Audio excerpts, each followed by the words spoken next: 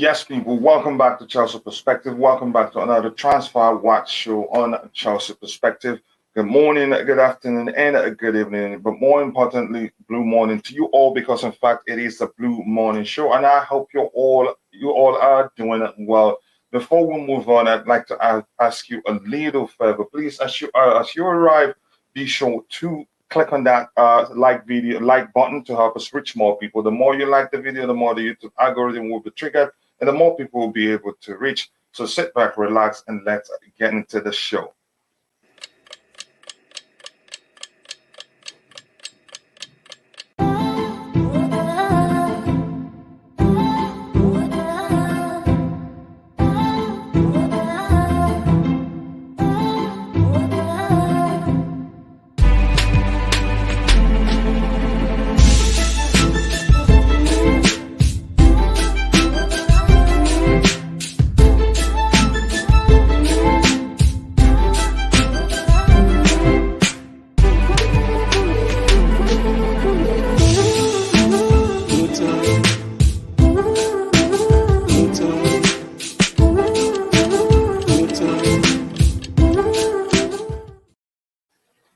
Yes, people, like I said, welcome back to the show. Welcome back to another Transfer Watch show on Chelsea Perspective. Now I'm going to go straight to the chat and see how the people there are doing. And please, again, as you arrive, like the video and subscribe to the channel if you haven't. The likes do go along with the channel. Blue morning, Kachila Panel and Chad. Blue morning to you too. Damn, then I hope you're doing well. Almost always the first to arrive here.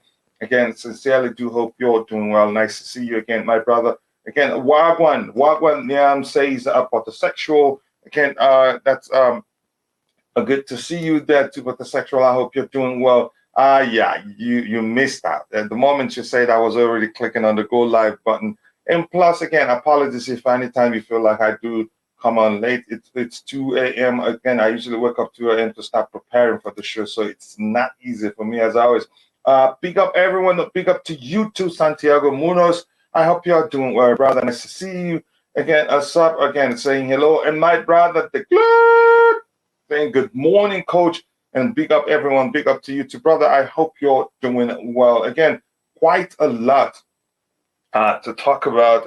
Again, I had listed about these 3 guys on the screen here. But surely there will be more stuff to talk about. Again, lots of unstructured stuff that will pop up.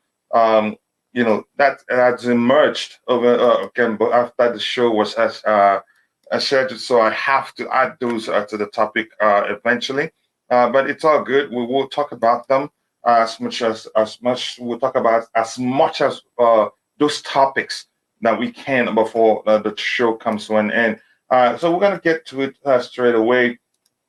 Big up Fairboy. I hope you're doing well. Big up brother. Again, good work on your channel. I'm watching every of your video again. But I should start commenting so you know I'm really watching them. And again, whenever you have time, do share the links to your channel. Do not wait for me. Yes, people, keep liking the video. Let's get it to 100 likes before we get to the 1 hour mark. I hope that we will have a brilliant show as always today. Let's get into it immediately. This one is, from a tweet from CFC Pies, but I've done research. It turns out it is the truth. That Chelsea have sacked again a newly appointed. Hold on 1 second, so I'll zoom at my screen. Chelsea have sacked again newly appointed commercial director Damian Willoughby for sending a string, not once, of inappropriate messages to football finance agent Katerina Kim that put a proposed multi-million-pound investment project at risk. Oh, whoa, they're not going to be happy. We're talking about, again, investors. We're talking about owners who are profit-focused, and there's an opportunity for a multi-million-pound investment. And again, he was busy sending inappropriate messages to a lady, and he got caught. So again, Katerina Kim, remind me, isn't she one of the individuals in one of the groups? Is it the Blue Consortium? I think she was. Yeah, Catalina Kim. Yeah, she was the Korean woman who was part of the Blue Consortium. I think they wanted to add what this. yeah, the blue consortium with Nick Candy. I think that's the woman in question. Yeah, and yeah, this is disgraceful for somebody who works for such a company. So let's see a little bit of context there. It says again in June 30th, 2021, Akim asked Willoughby while he was working for City Football Group about possibility of approaching again Soriano on her behalf. Willoughby replied, "When you come to London, will you be naughty?" That's interesting. And Kim said no, but asked again and received the same response. So he persisted with his inappropriate behavior towards Akim, again, unprofessional behavior. Yeah, it is true indeed. From Matt Law, again, Tele Football, and again, other. If it is not true at this point, you should be hearing, contrasting, statements out there, or he would have released the statement himself. So again, he sent it twice. Kim said no, he sent it twice. So again, I think he wanted to take advantage of the favor that Kim is asking me. As you can see, June 30th, 21, Kim asked Willoughby while he was working for City Football Group about a possibility of approaching Soriano on her behalf. So now he felt like, okay, I would do that, but will you do this for me? That's something of that. Again, here it says again, Kim again raised the prospect of approaching Soriano, but after saying happy to connect you, Willow added in a new message, if you promise to be naughty one night. Yeah, so this is clearly, I don't know what you're saying. I've seen your comment, not worthy of sacking. I don't know what you're saying there, Protosexual. I think in the business world, this is really, it's a dangerous behavior. And I think him, you can say as an executive, actually, because his level, he was a Chelsea's a commercial director. Again, he should know that this is inappropriate. He would sack his subordinates if they engage in such inappropriate behavior, again, without even looking back. So again, I don't buy the notion that, again, it's not, yeah, does it matter when it happened? It came up because probably Kim brought it up, and companies don't take that risk. So again, yeah, in big organizations like this, forgive and forget usually don't it don't work that way. So again, I don't know if you've worked for an organization. It doesn't matter when it happened. As long as it happened, you behave like that when you worked for that organization in question. Then your job, it will be, again, how do I say, your job will be at risk. Plus, if you paid attention, again, that's put a deal, $1 billion plus multi-million deal in jeopardy. So yeah, again, but I'm not going to go into that. I get your point of forgive and forget, but sometimes that it will not suffice in a professional environment like that. It will repeat itself, and maybe there's a chance they've heard other issues that, again, the other employees have heard with the man in question. But that's why we'll move on from that. Again, here we have the case of Callum Hudson-Odoi, where he says, again, Graham Potter was interested in signing Hudson-Odoi when he was, again, at Brighton's manager. And Chelsea are already considering a January recall back to London, right, a spot bill. This is, again, Callum Hudson-Odoi's case is, it's an interesting one. Chelsea fans who were the ones that fought for Mauricio Sarri to give him his debut. I think his debut was under Mauricio Sarri. Correct me if I'm wrong. It happened, and then again he had a horrible injury that kept him on the sidelines for a long time.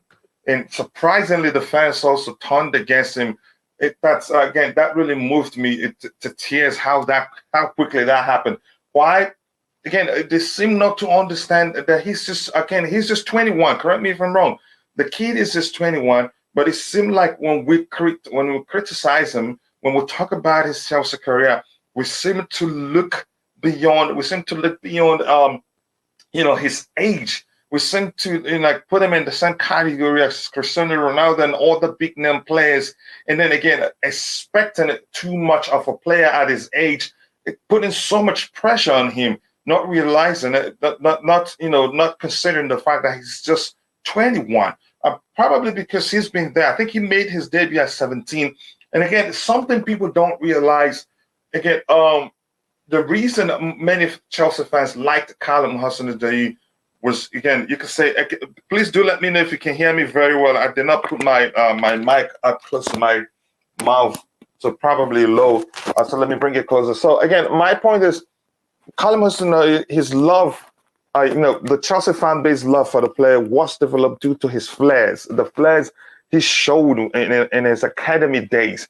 And again, it does seem that people don't realize that I see ages as it becomes more mature. Again, I see again, becomes more of a team player. You start seeing less and less of those things. But actually, if you look beyond him not scoring goals, him not creating a lot of chances, that is from eye test. If you go beyond eye test and look at his numbers, you'd see that he's actually a good player. He's actually on his day a fine creator. All he needs, again, is just time. Again, he will become a better player. Again, we've seen what he's capable of doing at Leverkusen. He hasn't played too many games, but the ones he's played already, he's shown the quality he possesses as a player. So we shouldn't give up on him. And I'm glad, I'm happy.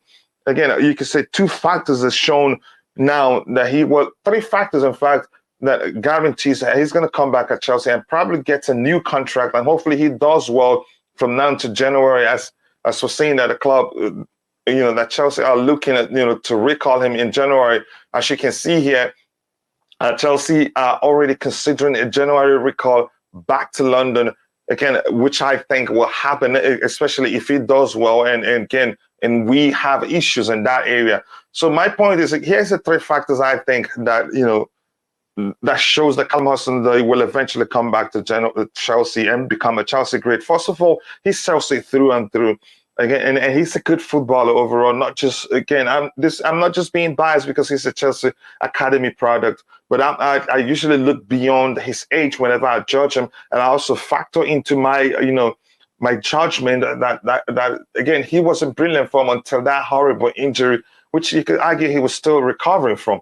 And two, when he was being sold, when he was being the contract, during the process of the construct of this current loan contract to Leverkusen, Todd Boehly specifically asked him not to leave the club, that he still has a place in the club, and he accepted. And he didn't. Again, there was no buy option in the contract, so that, which means really the Chelsea really showed them, we want you back, and him agreeing to the fact that agreeing to not having a buy option in the contract shows he really wanted to come back.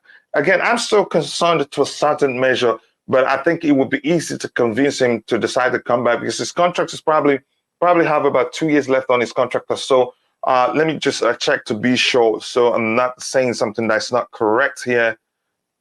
Let me go to transfer markets here. I think I'll leave it open once I find it. Callum Hudson-Odoi.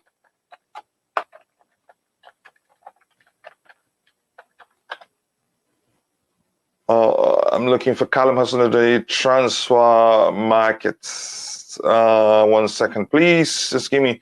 I want to be sure how, again, the duration of his contract. So again, my point is, I'm still concerned. Again, he has to be. You have to guarantee him a starting place once he's done with that loan there. Especially, let's see if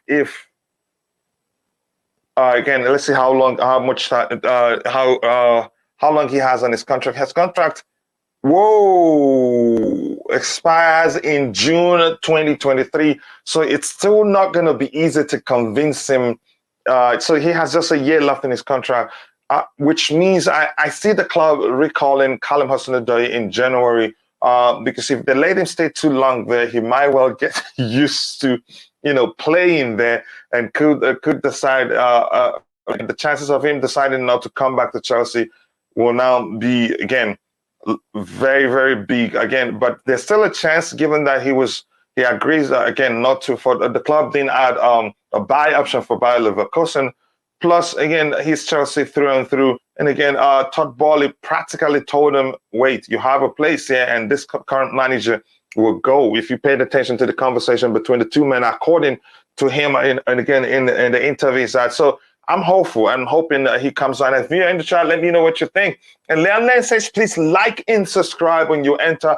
If you have not, as it helps the channel reach a wider audience. Yes, people, please keep liking the video. And again, if you're part of, if you're a contestant for the Roman Abramovich contest, it's gonna, again, you have until the end of the month to submit your entry. Again, and after that, again, we'll work with what we have. It's important now. Some are saying it's too late. I said, no, it's when people forget about the man, then we do something to remind them about the man. So submit your entry for the quarterfinals level. You don't have to show your face, or you don't have to, you know, be on the panel to present your content. Again, but from the semifinal stage, you have to be on the panel, not necessarily on cam, but we have to hear you present, or you can just make a video of you presenting your content and send it to the channel so we can read it out. So that's, by the way, again, here we have, again, yes, please like and subscribe. We have 20 likes. Let's try and get it to 100 likes by the 1 hour mark into the show. Morning, coach. Wouldn't be surprised to see Potter use Hudson-Odoi as a wing back. Fits the type of player he likes there. Again, one thing that makes me happy is that he didn't complain about the position where Tuchel deployed him. He always wanted to play and always gives 100% whenever he's on the pitch. Morning to you too. It's Kami again. Nightbot helping me out there. Again, morning to you, Steve. I hope you're doing well. Nice to see you here. Cho will get the Porter sacked if he comes back. I don't think so. That's how you see it. But IBZ, good morning to you, my brother. How are you doing? I hope you're doing well. How you doing, man? I can't complain, brother. I'm doing well. Again, I'm much better than I was a few days ago. Oh, that's good, man. That's really good. Thank you. Just let me bring you quickly into the conversation. Your thoughts on Callum Hudson-Odoi again. I know you must have read something what's out there regarding his conversation with Todd Boehly. Todd Boehly practically, if you ask me, that's my interpretation of that conversation, told him, hey man, look, relax. This man, Thomas Tuchel, is not going to be here for long. So you have a chance, to come back and continue your journey as a Chelsea player. And then something again, and then not having the buyback, not having the buy option in the loan contract with Leverkusen. Your thoughts, and plus, is he a player you'd like to see back at Chelsea, and do you think he has a future at Chelsea? Well, I mean, I don't want him to come back in January. If you ask me, but it's a risk given that he has just a year. His contract ends in June. In August, in June 2023. 2023, yeah. So it's a risk. In 2023. No. So it depends on where we stand in it. Mm-hmm. There's no risk here. It's just simple. We offer him a new deal, yeah, whilst he's on loan, so he knows he's still wanted, or we don't. Now, if Potter brings it back in January, then obviously he's staying. He's not going to bring it back in January for him to leave on a free. He's staying. But I don't like to believe rumors. I don't like to believe Twitter. I'm losing a lot of credibility with my own pride, getting my sources from a social media app. What I would like to say on this, I would like to believe that he's going to be there for the rest of the season. It's only September. He's only spent a month. Let him develop. Let him play a lot of games. Let him play as much games as he can. I don't want him to come back here and still be trying to find out how to get into the first team when he's getting first team football, playing with players, especially players from the Ghana national team. You got players there. So has he switched nationality already, or is he contemplating doing that? He's playing with Ghana. He's a Ghana boy. He's going to the Black Stars, and that's fine. And then the English took too long to give him the chance he wanted. Even still, like it's like if you want time, if you want a clear pathway into this footballing thing for your national team, then if you're born in this country and you know that there's a space for you to go to your motherland, you'll go to your motherland. A lot of people are doing that. There's only the exceptions of maybe like Tammy Abraham, Bukayo Saka, those guys that will just, have that chance. Cool. But what I would say is that Callum, you stay in Germany. Germany is the best place for Ghanaian people anyway. So you just find your level. I'm telling you, you'll find your level. What we need to do is give him reassurances. So you just highlighted that his contract ends next year. So I don't know. I don't see any reason why a contract shouldn't be on the table right now. Yeah, I think they should be discussing a new contract already. I need to look into that. I need to look into his contract. Like that is really mind-boggling. I can't. Yeah, the contract ends June 30th, 2023. So it's a year left again. Yeah, like I said. But here's the thing. I said factors that that still gives me give me hope that he will come back to Chelsea is that he's Chelsea through and through. It's 2024. Yeah. No, 2023. Contract expires 2023. It says 5-year deal. It expires in 2023, except what I'm seeing here is wrong. But again, he has a year left on his contract. I knew that even before. I suspected that was the case even before I looked at it. Again, I looked at what we have on the screen. What 5-year deal he signed with Lampard? Was it under Lampard? And when was that? Even if you start counting it there. But the information is out there. Even if you search Callum Hudson-Odoi contract, that's a chance. Yeah, that 5-year deal, but that's a chance you get a result. Again, from Chelsea's own website on Google. Yeah, but you get my argument. I think you will find something there. Yeah. 1920, fine. Okay, yeah. But okay, cool. Okay, cool. Yeah. So yeah, but then again, the fact that Potter likes him and he wanted to sign him. I'm sure if Potter speaks with him, he'll be able to convince him, to take a new deal, stay longer at Chelsea. But it's going to be even more difficult. Like you said, I think you already talked about that. Given the fact that, again, he has to consider, okay, is there space there? But right now, you could say there's space. He needs to play football. He needs to play. Yeah, he needs to play. And again, football. And I don't see that happening at the Bridge right now. And whether or not it's Potter or not, I want. Bear with me. I need to think of my pods. Okay. Can you hear me? Yeah, we can hear you. All right. I want Callum Hudson-Odoi to play football, a lot of football, where he can be able to come and garner his ability and learn his trade elsewhere. Maybe a change of environment helps. Maybe coming out of your comfort zone, because you've been one of the few Chelsea players not to go out on loan, and you've been at Chelsea from a young age. So coming out of your comfort zone, playing regular football, in a different climate, a different country, different fans. Maybe you might boost your development in your career. So I'm all for it. Go out on loan, play a lot of football, come back in the summer, maybe as a champion of the Bundesliga, a champion of the Europa League, a champion of something, the DFL Cup or something. You're not in a bit part Germany. You're probably the top 3-4 German clubs in the country. So you're on a good pedestal to develop and put your name out there. I can't wait to use him on FIFA with Leverkusen. I'm still counting the days. But I don't think Potter should bring him back. But here's the thing: the club is going that direction of keeping young play young. We understand. We understand. We understand that. We understand. But in the name of letting this contract honor, in the name of honoring this contract agreement between Leverkusen and Chelsea in terms of a loan, I would rather that just be sorted out. Let it just take its process in it.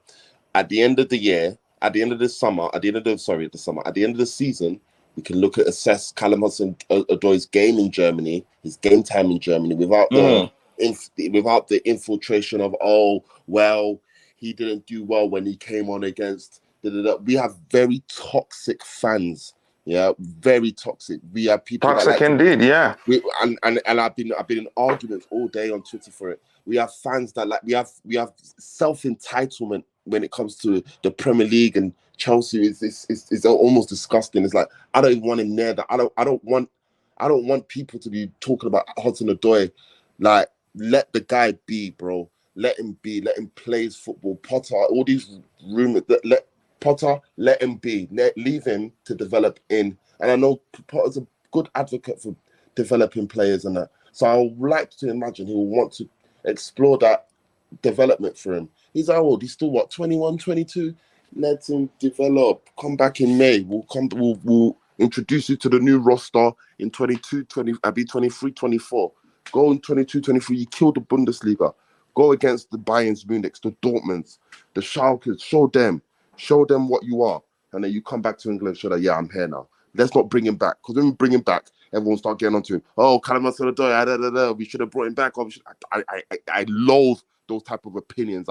It's almost like I loathe those type of opinions. So in order to protect his mindset and just play there, enjoy your football there. I can see he's got good vibes there. He's got Timothy Fosu-Mensah. I think he's got another Ghanaian brother there. He's got brothers there in it that will just help you settle in. You know, Germany is a Ghanaian hotspot as well. So you will find yourself. You know how Nigeria is to London or America. Ghana is for Germany. If you go there's a lot of Ghanaians in Germany, and it'll be very easy for you to find yourself, build yourself, development. You're playing in the top 5 leagues in the world. Enjoy yourself. Forget about London. Forget about Chelsea for now. Your business is developing yourself. Yeah, so I get your argument. Let me quickly catch up with the chat, and then I'll come back to the panel and go to Bobby. And again, here's the thing. Again, if what I think, again, it's a year left on his contract, and if Potter really wants him, I think Potter can convince him to come back. And I don't think Potter will, opt for him to come back if he doesn't have a place for him in the team. That's for sure. He would. Calling him back means Potter would really want to have him in the team. But then again, it would be difficult to convince him to extend his contract and remain on loan there. And remember, I know you talked about him winning stuff with Bayer Leverkusen and all that. The more he stays and wins stuff for them, the more bond he develops with the team, he develops for the place with the players, and would want to stay there permanently. Again, it's about his career. Yes, he's Chelsea through and through, but I'll come to Bobby in a bit to get his own opinion. Why are they not using, again, Chukwuemeka? Chukwuemeka, he gets his time. The process will be gradual. I know you didn't expect him to come, and then straight up you see him going to the team. I know, Osita, you're fighting for your one nick clearly, but it's not that simple. It's a process. But I think he gets his chance soon, given that we played a friendly against Brighton, and he scored 2 goals. Which also showed that he played in a more advanced role or hybrid role, again, where he had the freedom or independence, to bump forward as he wishes. Again, here, Liam Lane says confidence is a lot of chose a problem. I could see Potter being a very good for him. That's the argument there. I think he will do well on the ground, Potter. And here's the link to Fairbo's YouTube channel. Please go check it out. Be sure to subscribe. 2 links there. He has 2 channels now. I think you should go check it out. And believe me, you will thank me later. Again, Todd Boehly's actions regarding Cho are a bit contradictory, in my opinion, considering how he chased after Gordon at the same time. That's an interesting one. Again, the whole thing that happened, the pursuit of Gordon and the departure of Callum Hudson-Odoi, because he could have convinced him to stay and not even go on loan also. But it wouldn't have been that simple, given that Callum would probably he would have been well aware that the club was going after Gordon and were willing to pay something extraordinary to get Gordon.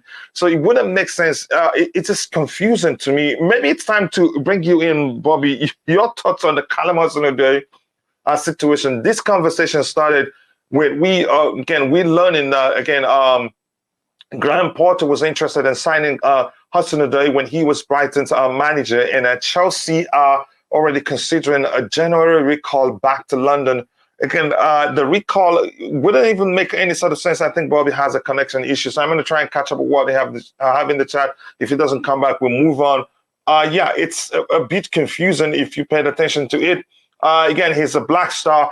He's talking about Callum Hudson-Odoi. Again, people, if you're watching and you haven't, please take a second to like the video. Also, do subscribe to the channel if you haven't. Again, he will be switching nationality to Ghana. Okay, it hasn't happened already. If anybody knows, he will be Fairboy. He's a Ghanaian and he's following the situation. Hi, Coach and Blues. How are you? How are you too, Lolo? Nice to see you here. Cho should be playing for Ghana. I'd imagine in fact, I believe that it's specifically why he chose to play in Germany. Ghana's coach, Otto Addo, works, again, a double job in Germany. Wow. I see that. That's interesting to know. Again, a big up to everyone in the chat. Big up to Miss Lionel. Be sure to share the link out to your channel so people can go check it out. Cho signed a new contract on the Lampard. Yeah, that Lampard it doesn't last forever. It's winding down. Again, a big up everyone. And here we have, again, hit the like button, people, and let's subscribe to the channel. Please keep liking the video. We have 30 likes. Let's try and get it to 100 likes by the time we hit the 1 hour mark into the show. Southgate is so defensive, he would have not played Cho, and Cho himself probably paid attention to that himself. Again, let me go to Bobby. Bobby, your thoughts on the Callum Hudson-Odoi situation? He has a year left on his contract. Again, we're hearing that Chelsea are looking to bring him back, but somebody in the chat just, I think it was Supreme Court just say something regarding Chelsea's pursuit of Gordon and how that might have made Callum Hudson-Odoi feel, because it doesn't make any sense. We had him. Maybe it was because Tuchel, who was then Chelsea manager, didn't really trust Callum Hudson-Odoi and would have loved to have Gordon in the team again and preferred to let Callum Hudson-Odoi go. And Callum Hudson-Odoi has come out and said he respects Thomas Tuchel, but he wasn't sure why he was treated the way he was treated under Thomas Tuchel. After all that the work he did during preseason, before preseason, he still didn't get a chance to play. Or again, you can argue in the first game he wasn't even on the bench. Correct me if I'm wrong. But your thoughts there? The case of Callum Hudson-Odoi, do you think it's still come back? Callum is an interesting one. He is in Germany. At the moment, he's not exactly ripping up trees. He's getting regular game time because he's more or less found his current level. I look at Callum as a player that we probably won't see the best of Callum until he's about 29, 28, 29. I think Callum is one of these sort of late bloomers. And I think his game will mature with experience. Getting game time, is it the right thing for him? I guess it is. The pressure of playing at a club like Chelsea or any sort of top club may be a bit much for him. He may feel impatient and may feel, okay, I just want to get out there on the pitch, which is fair enough. Which is the main reason why Chelsea is also trying to expand and get sister clubs, as it were. Look, Man City already have it. Some German clubs already have it, and I think this guy, if John Radcliffe buys Man United, they will already have that because he's already got Nice. So it is the way forward, and that would afford players like Callum the opportunity to go to, for want of a better word, lesser teams belonging to the hub club and develop there. But my view, I had this discussion yesterday with Orgs, and this transcends to the national team as well. Because I was saying, look, if people like Harry Maguire get called into the national team, and then you have the likes of Tamori floundering. I don't know if he was called up. I think he was, but if he wasn't, it's even worse. You have people like him floundering. I'll say, well, these people that have strong heritage for countries outside, they should go and play for them. It will make things like World Cups more competitive and make it all interesting and give them the opportunity to get on that stage. I'm all for that. But at the local level, at the club level, it's slightly different, because there comes a time where if you belong to what I always call one of the super clubs, there comes a time where you're going to have to test yourself. The excuse of, I need game time, I want to go away, and you try and force your way into the team, doesn't really hold, that at that time. And there comes a time where you're going to have to prove yourself to be good enough to displace others around you. That's a very difficult thing to do. Not many players manage to do it. But when you do it, you're entering into that sort of superstar bracket. So that has to be the aim for Callum. I don't know if I said earlier that his contract actually expires in 2 years' time, not a year. His contract finishes in 2024. Does it have, again, an extension? Should I call it an extension trigger? I don't know. Because what we're seeing, what's available online says a year. But go ahead. So you could, that one could be wrong, but maybe you saw something again. Go ahead. No, his contract finishes in 24. I know that. Okay, not 23. No. And whether there's the ability to extend a further year, I don't know. Often that happens with some players. I don't know whether it happens with him. And I'm the way the Boehly group are going about things, and from what he said about them, it's not outside the realms of possibility that they extend his contract and keep him longer if they find value in him. But the onus now is not just, Callum, go and play football, enjoy yourself. This is a career. I would suspect this young man is trying to be the best. And if you're trying to be the best, you really have to push yourself. And he has to have that in mind. I think sometimes running away is not the answer. Stepping up to the plate often is. If you can. I mean, if you can't, well, fair enough. But if you can, take it and be the best, which is what, if I was advising Callum, I'll be advising him to do right now. I would let him know that his current form, I know he's just got there, he's not really doing anything special at the moment. So if he continues on this plateau, he probably will find his way out of Chelsea. Will he succeed elsewhere? Well, that's left to be seen. Because if he plays like this, there's no top club that's going to play him. If he goes to Bayern, he's on the bench. If he goes to wherever, a top club, he's on the bench. So the issue isn't so much the club, but it's him and how much he wants to really improve. It's just as simple as that. The gauntlet is down with him, as with any of these young players. Yeah, again, it's not as simple as it sounds. Again, a lot of factors to consider.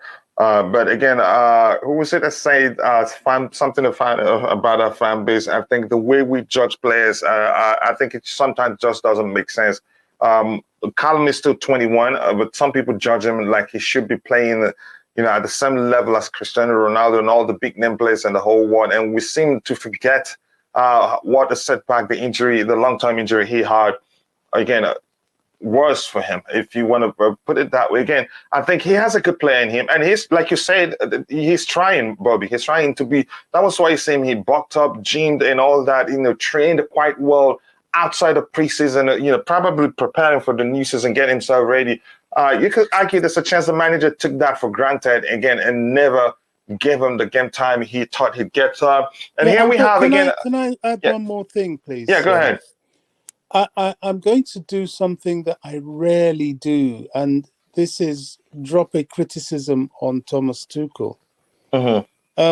Apart from, the well-recorded and well-known deficiency in, for whatever reason, identifying the problem in the midfield, Tuchel did a couple of things that disappointed me a little bit.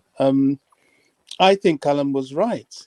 Callum came in pre-season early. He took part in the pre-season, although I can't remember him really playing that much. And then he was more or less thrown away. Yep. And I think, in view of the way the team was playing as a whole, he was someone that, because he came early, because he put the work in, that Tuchel could have at least started earlier in the season, just because he probably was better conditioned than most of the players around him. That concerned me and made me start to think, has this manager just managed to ride off the shirt, off the coattails of what was there before? because it's hard to see what he has built on based on what he has inherited. And people keep going on about, it's not his players. Well, yes and no. Does anybody really have all their players? I think, look at Guardiola and Klopp, even after 6 and 7 years in their various clubs, they don't have 100% their own players. They still have one or two that were inherited that they use, especially young players. So that was a little disappointing. I don't know. I think that was you make a good point. We don't have to change the entire team to a piece of manager.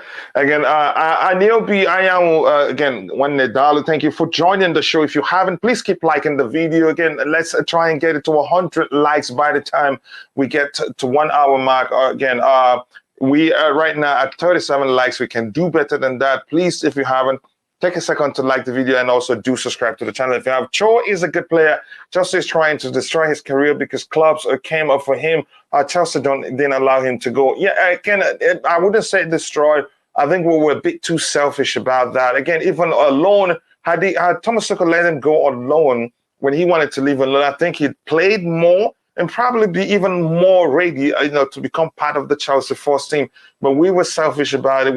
Again, he decided to keep him and then still didn't use him that often, even though whenever he's used, he did show what he's capable of doing and didn't get a consistent game time. But that's, by the way, again, let me see anything else to read here. Just a conversation between him and Steve Chelsea. Again, I'm going to scroll to the very bottom. Except if I see anybody I haven't said hello to. Tuchel don't know how to use attacking players. Attacking players can never improve under Tuchel. That's your argument. I think otherwise. I think to me, that's something an argument I wouldn't want to go into right now. I'm going to come back to the panel again. People, please keep liking the video. We're at 40 likes right now. Let's get it to 100 likes as soon as possible. Dan, quickly, your thoughts. Take a minute to tell us what you think about the Callum Hudson-Odoi situation. Do you think it come back? Or do you think that's it? Again, he will never decide, choose to come back. Big up to the panel. Big up, Bobby. Big up to you too, brother. Big up, bro, coach, man. You're legend, top legend always. Callum Hudson-Odoi. Basically, it's the best thing what he's done. Moved to a loan at Bayer Leverkusen for to show his ability to prove himself that he could be a quality player. When he was at Chelsea with Thomas Tuchel, he looked like he was a bit sluggish. With Thomas Tuchel playing him as a left wing, I think it was a right wing back situation. He did when first year when he was calling for Chelsea, when he played for us.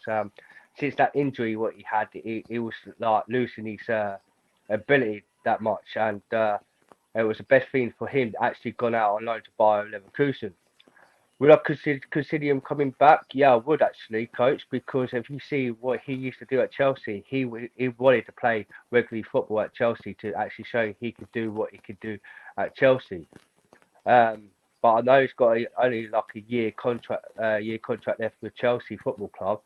But if that's the case, if Potter wants to bring him back, would he actually sign a new contract?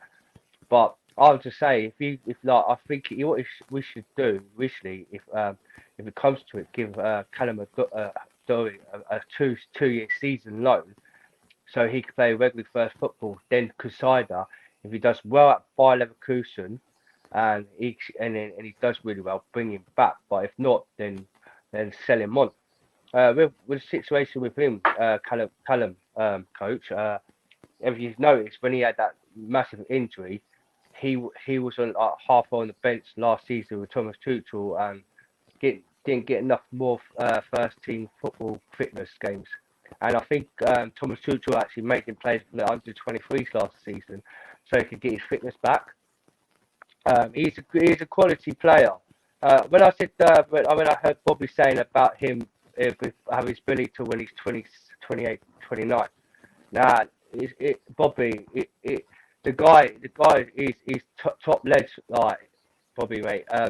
With the situation with him, yeah, he's what 23 now. When it comes to about 25, he'll be a top-notch player. I've seen him play for Bayer Leverkusen, and he looks like he's doing well at Bayer Leverkusen. And I think if he could actually improve the ability and adapt well to. So do you think he will come back? Yeah, I think he will, coach, because it put like really wanted him at Brighton Football Club, Yeah. and And if you don't mind, Daniel, your audio again, it's having a clicking sound. We can't really hear you. Maybe you have to go out and come back in. Yeah. Again, my brother. Yeah, it's having a clicking sound, like a glitch or something. So we can't really hear what you're saying. You have to go out and come back in. Yeah. Again, my brother Tobago, how are you doing, bro? I'm good, thanks. How are you? Brilliant. I'm good. Again, would you mind just a minute? Let me catch up with what we have in the chat here, and I'll come back quickly. And if you see anything I'm reading, you want to, if you will feel like you want to address it, fine. You can come in and address it. Again, 3x a dope says, I wasn't a Tuchel playing him again at wing back. Yes, that happened. But here's the thing. I think we failed to understand the application. Even Graham Potter does that. He plays a Trossard as wing back, but once you play a player, every time Thomas Tuchel has played Callum Hudson or Christian Pulisic, Hakim Ziyech, or again, who else has he played in that position? Ruben Loftus-Cheek. Isn't because of their defensive ability. It is also because of their attacking. It is more importantly because of their attacking ability. And during those times where they're expected to contribute defensively, yes. But again, that happens no matter where you are deployed in the team. We defend again collectively. So wherever you're deployed, you're still expected to come back, make up the numbers to help stop the opposition. But in cases where you've seen Callum Hudson-Odoi on the flanks and in a wing back position, or Ruben Loftus-Cheek, it's just because, they operate as wingers, not as wing backs. So, but usually once people see them there, they start, they get bent out of shape. Oh, he gets played in the right wing now, sounding like Bobby. He gets played in the right wing position, the left wing. No, if you understand football, that's not the case. We actually have more attacking players on the pitch. Again, and if you paid attention, these players they haven't actually complained that much about the position where they're deployed. Usually game time is the question they're asking, not where they're deployed on the pitch. But we're the ones that usually take these situations and run with it in most cases and create nothing out of it. So again, before I go back to Dan to tell me whether he thinks Callum Hudson-Odoi will come back or not and why, please keep liking the video. We're still at 40 likes. We should be doing more than 40 likes. Like the video. Also do subscribe to the channel if you haven't. Let's get it to 100 likes as soon as possible. So Dan, quickly finish your thoughts so I can bring in okay. I can bring in Tobago. Do I sound better now? Yeah, I'm not breaking up. Yeah, it sounds better. Yeah. Okay. Basically, what I was just saying about Graham Potter wanted kind of Brighton. Mm-hmm. If you notice, when he was at Brighton, he was trying to buy Callum Hudson-Odoi at Brighton. But I think Graham Potter wants him really serious to bring him back at Chelsea. I'm not sure about the situation because I think when he got loaned out to Bayer Leverkusen, there was like a clause for a year season and something percentage of like a deal where they pay the wages at Leverkusen. But Potter really wants Callum Hudson-Odoi back. Yeah, is he going to get the first team football? I don't see that happening. He'll be back on the bench, or would Potter play more regularly football? What he's doing at Bayer Leverkusen? It's just one of them 50-50 situations, coach. So, but my opinion, I think we should leave him on loan to Bayer Leverkusen for this whole season. If you guys agree to me, I think let's see his physicality and ability, how he adapts and how well he does at Bayer Leverkusen in Germany. If he plays good football at Bayer Leverkusen, then Graham Potter should consider bringing him back and then sign a new contract at Chelsea if he does well. If he doesn't, then let's move on from another player because, like I say, it's a situation with him and Thomas Tuchel. He's playing a right wing back, and that weren't his position, and he didn't like right wing back. If you notice, when he used to play the false nine, he was doing really well at the false nine, attacking.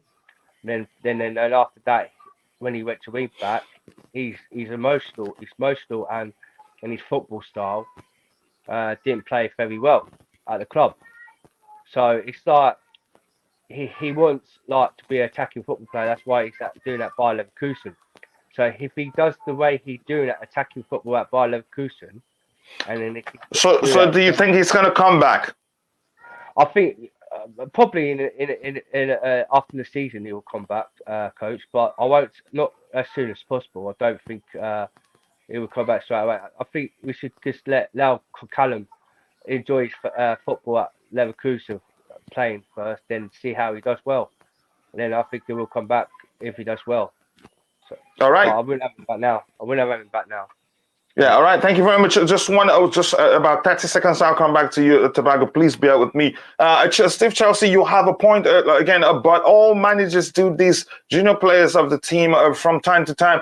But I think things have changed because owners are the plan overall is to save money long term. So that's why they're buying lots of young players. And again, integrating our own good enough, I must say, good enough young players, saves the club quite a lot of money. And I think we'll see a lot of that happening. And Adeoye Samuel Oladere, my Niger brother, says, shalom to you too, brother. I hope you're doing well. Thanks for joining. Yes, please like and subscribe. Please like when you enter. If you have not, it helps the channel reach a wider audience. Yes, people, keep liking the video. Thank you very much for 41 likes. I cannot thank you guys enough for 41 likes. That's huge. Let's try and get it to 100 likes as soon as possible. And if you're a mod, keep reminding people to like the video. The more they like the video, the more people will be able to reach. Again, to him who is with God, may God be with him. That's the simplest of the truth. Thank you for saying that. And Faldi Azo, a.k.a. Boogeyman, my brother, thank you. If I can find a way to reach you, I would really like to have you on the panel whenever time allows. He says, big up, lads. It's not just Callum. Again, Christian Pulisic 10 is complaining too. TT was distracted by this whole transition of ownership and his involvement in administrative decisions with no structure. He was lost. And again, especially when we got him involved in the transfer process, you could say that wasn't the situation. Yeah, again, you could argue that was the reason he didn't pay attention to, players who were starting to show, dissent or you could say rebellious behaviors. You could argue if he sensed that on time, he would have found a way to get it under control, but it didn't look like that happening, especially now that he's left the club. Again, I felt like Christian Pulisic is really overdoing it, but I'm not going to go into that. He's a player. He wants to play, so he has every right to complain for lack of game time and all that.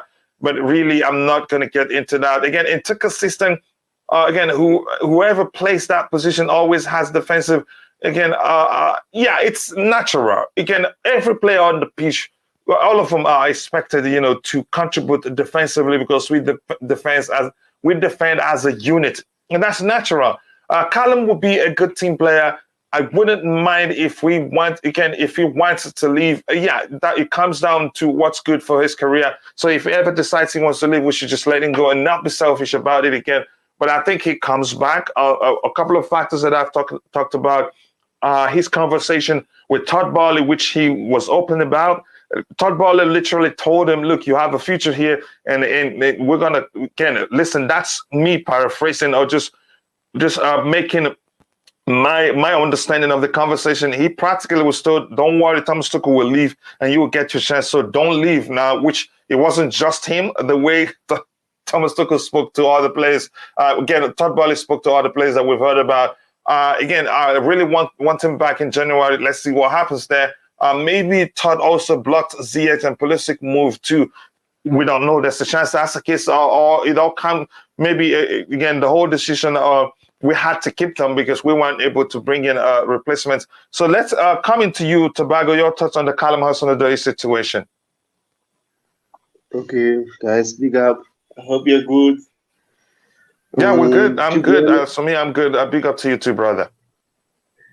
To be honest, Callum Hudson-Odoi should remain at Bayer Leverkusen for his development, because is getting more game time. And then Chelsea, he wasn't getting that. So I feel like we should just let the kid be there to develop.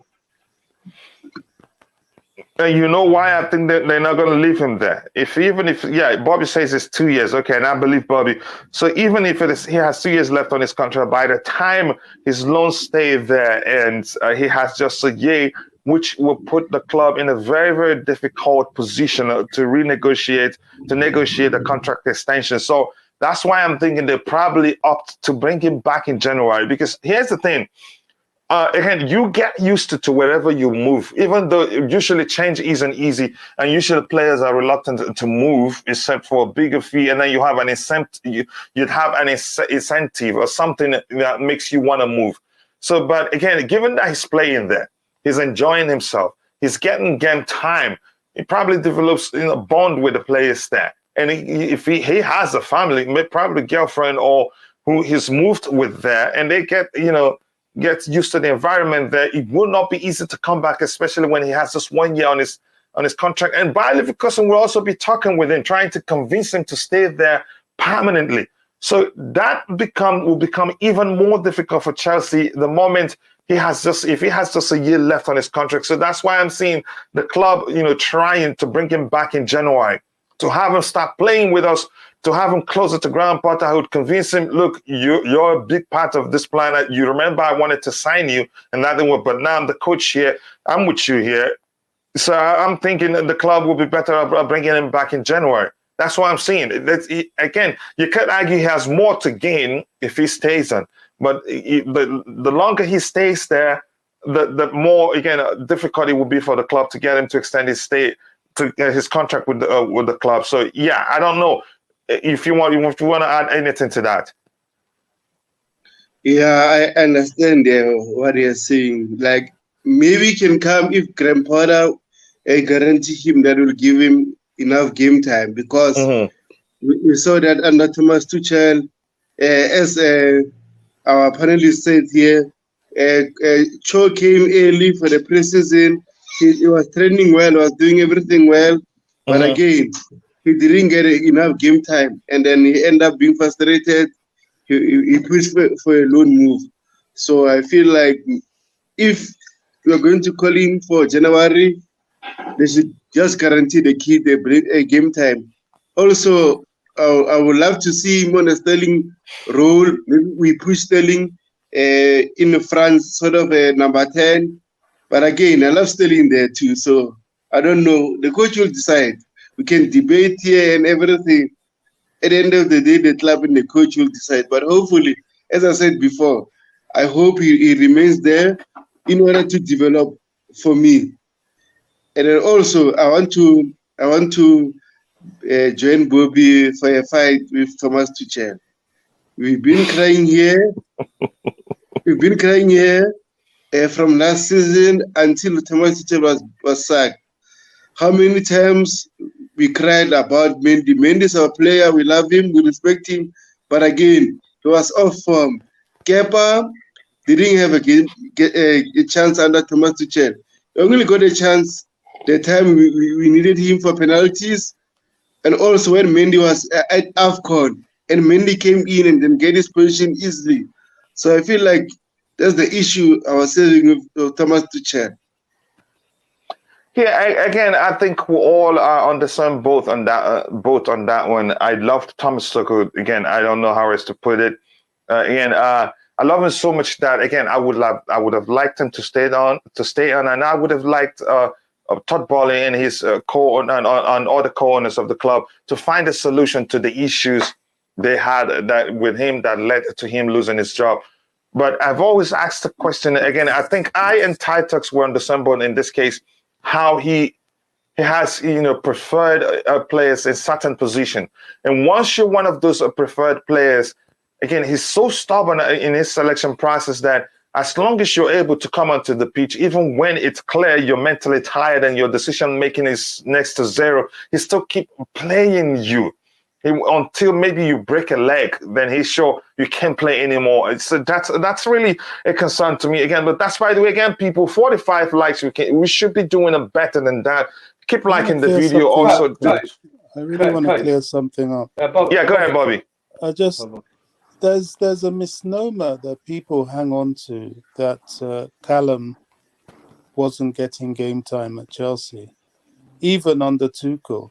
Callum, from about October, was it October last year, right up to January, he was playing back-to-back games. In fact, in many instances, he was overplaying him. Callum didn't stop playing until he got injured. What the problem is at this junction is that after injury, he came back, his form was poor because it took him a long time to get any kind of form anyway because of his injury.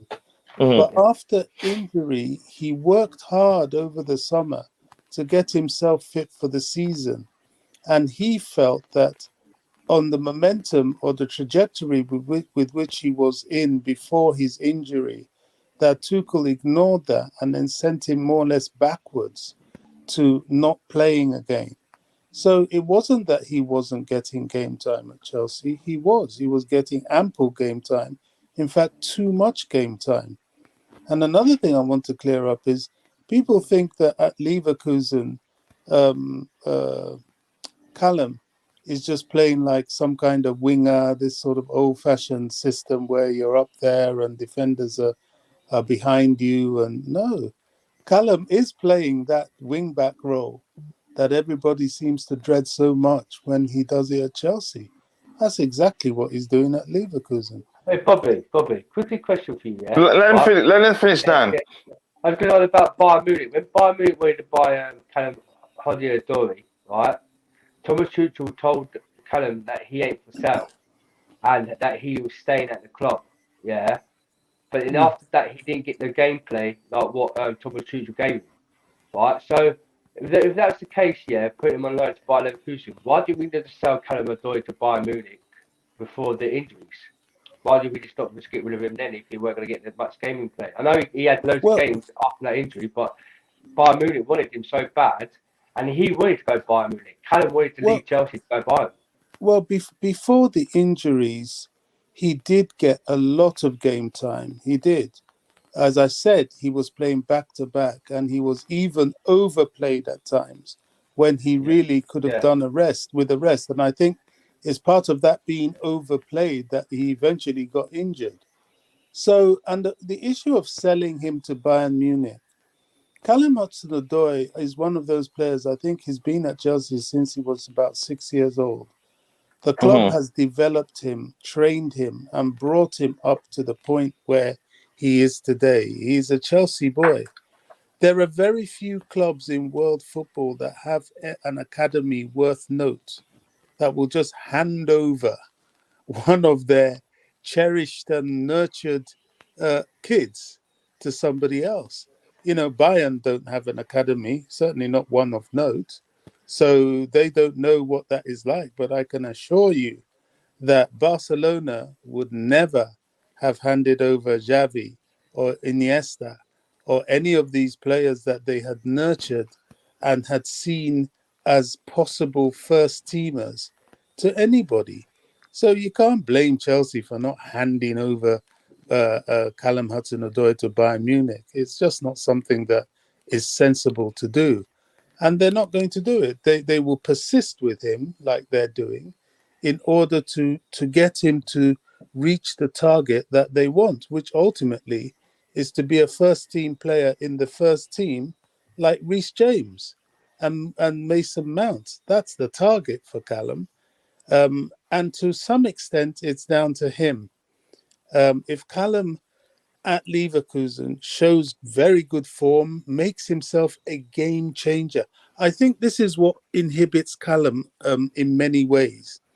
When he had all that game time, he wasn't a game changer. Yes, he's only 21 years old. Yes, he's he's still developing. Yes, but in the contrary, if you look at people like Reece James, who have the same age, and people like Mason Mount, often what sets them apart and why they hold down their place is that they have the capacity to be the game changer Even Chalobah, when he came on and he had his opportunity, he was a game changer. Callum now needs to learn not to disappear in games and to maintain his relevance on the pitch. I believe it will come, but I think that's the one thing that could be a barrier to him finally breaking through and taking his place at Chelsea. Because at the moment, it's up for grabs. Hakim Ziyech ain't up to much. Pulisic is questionable. Callum, if he really wants it, it's there for him. Yeah, I think that's a good argument, and I think with that we should just move on from the Callum discussion. We have quite a few stuff here lined up, and again, and T1 says, "Nah, let him stay the rest of the season unless he stops getting game time." Again, like I've explained, if you paid attention, the problem is by the time, even like Bobby says, and I think IBZ also did argue that it's 2 years, not not a year left on his contract. So maybe the information on transfermarket.com is wrong. Again, it'd be a big risk for the club if they really want to keep him. They're better off bringing him back in January, because it becomes even more difficult to pull him out of Germany if he's enjoying himself there. Let's see how he cooks. Again, let's avoid being a selfish. But again, if he looks too well, we will bring him back in, and his German girlfriend, if he has one, again. But that's, by the way, again, thank you, people. Keep liking the video. We have 49 likes. Can I give an example of this, please? Yeah, go ahead. I want to move on. Mm-hmm. But remember what happened with Thibaut Courtois. It was a little bit unfortunate because when we got Thibaut Courtois when he was very young, I think we got Thibaut when he was, about 17? And there was Petr Cech. And there was indeed Carlo Cudicini. So, the people in the first team were rock solid. And so we sent him to Atletico as a young kid, really. And Thibaut actually stayed in Atletico for 3.5, maybe 4 years. He grew up there. This is the problem with sending him out alone to another club. And that was where he met his girlfriend and eventually had kids. And so when his time came, and Jose took the brave decision, the inevitable decision, to get him to displace a slightly aging Petr Cech. He really belonged to another club. So it was very difficult to keep him, especially with his family situation. And that was the sort of tip when Real Madrid came knocking. It was very easy for him to make up his mind and go there. So I think we need to be careful with our loaning players and don't make it too long. It's like this Gabriel Slolina. I think January he should be brought into the first team. Let's see what he can do, because if Mendy continues being off form as well as not signing a contract, there's a decision to be made there. Yeah. Again, in this, Protosexual says, again, I'd rather see Cho start over. I know your name says why that, but in my case, again, honestly, I'd take Cho over, Mount, but I'm not going to get into that argument. Now, maybe another day and I'll be ready to defend my choice. I'd rather, again, start over. Yeah, again, you slug it out with him that I want to join the fight. And again, Cho is doing well there. Don't see him coming back. That's why I say the longer he stays, the more he'd be, acclimatized to that weather, the people, make friends, develop bonds with the players. Again, and then it'd be difficult to get him back. So if we really want him back, January is the time. But again, it will take a lot to convince him to come back even in January, let alone when he stays there till the end of the season. Again, and he plays Champions League football too. Again, and there's a chance if he stays there to the end of the season, they make it to the Champions League. And again, Chelsea don't make it to the Champions League. How are you going to convince him, to not go, opt to stay there permanently? Like, it's very painful and sad not seeing a Cho semi-level with Mount and James. I cannot forget 2019 Cho. Again, I'm not going to get into that argument. Let Cho stay there and fully develop again, and then you lose him on a free or maybe on the cheap. Again, I don't know how it's to come into that fight. I think, again, we'll move on to the next topic we have lined up here. And the next one here is, we are missing out on, Christoph. And I don't know what transpired behind the scenes, but he acknowledged that we were actually talking to him when interviewed, when asked a question regarding Chelsea's pursuit of his signature. He acknowledged that we were going after him. And the reports out there, it's saying, even Fabrizio reminded that it's practically done. We actually moved ahead of ourselves, started talking what roles he will fulfill for Chelsea Football Club. I think I saw one of Bobby's comments, which said something like, again, that's a lot of responsibilities. Again, on Twitter, I think I saw something similar. Again, next time we're hearing that he's going to stay back. He's going to stay there at Salzburg. Even Salzburg released a statement, and he himself openly said he will stay there. Again, IBC, your thoughts on that? Yeah, on to the next one, innit? I mean, we can't be. We're not in a position to say, "Oh yeah, I would have wanted Ocampos, or I would have wanted Christian Freund." Because let's just keep it a buck.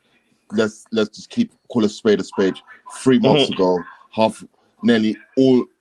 If you want to, I would want to speak for everyone because obviously I did, but I would say a majority of our fan base didn't know what director of football was or who would be in place. So if anyone's getting angry that we didn't get this guy, or they're getting angry that we're going for another guy, just mind the business that pays you and relax. This ain't your job to headhunt. But that's just my rant. I had to rant on people. This is why I said we're toxic. People were angry that this guy didn't join us. And they were even angrier that we're going for a sporting director linked to Leeds. And I'm just like, what is your, in all due respect, we support the club, but is it your daily business? We need a director of football. So Todd Boehly gets the person. We have no right to say, oh yeah, I want him. What the hell? We don't have anyone. So in the case of this case, Christian Freund, I was a bit, it is what it is, because his popularity, his ability, his track record is very renowned for him to do very big things, talent headhunting, talent spotting. And I can understand the frustration of not having him at the helms of Chelsea, because what could be, or the possibilities of what he could bring will be so exciting, as opposed to getting someone that we don't know. But I believe that his asset his credentials are too big for the Red Bull, Leipzig, Salzburg model to let go of. I think it's very integral to them, integral to the way they operate, and to the Red Bull brand. Yeah, integral to the way, not just in Europe, but in New York as well.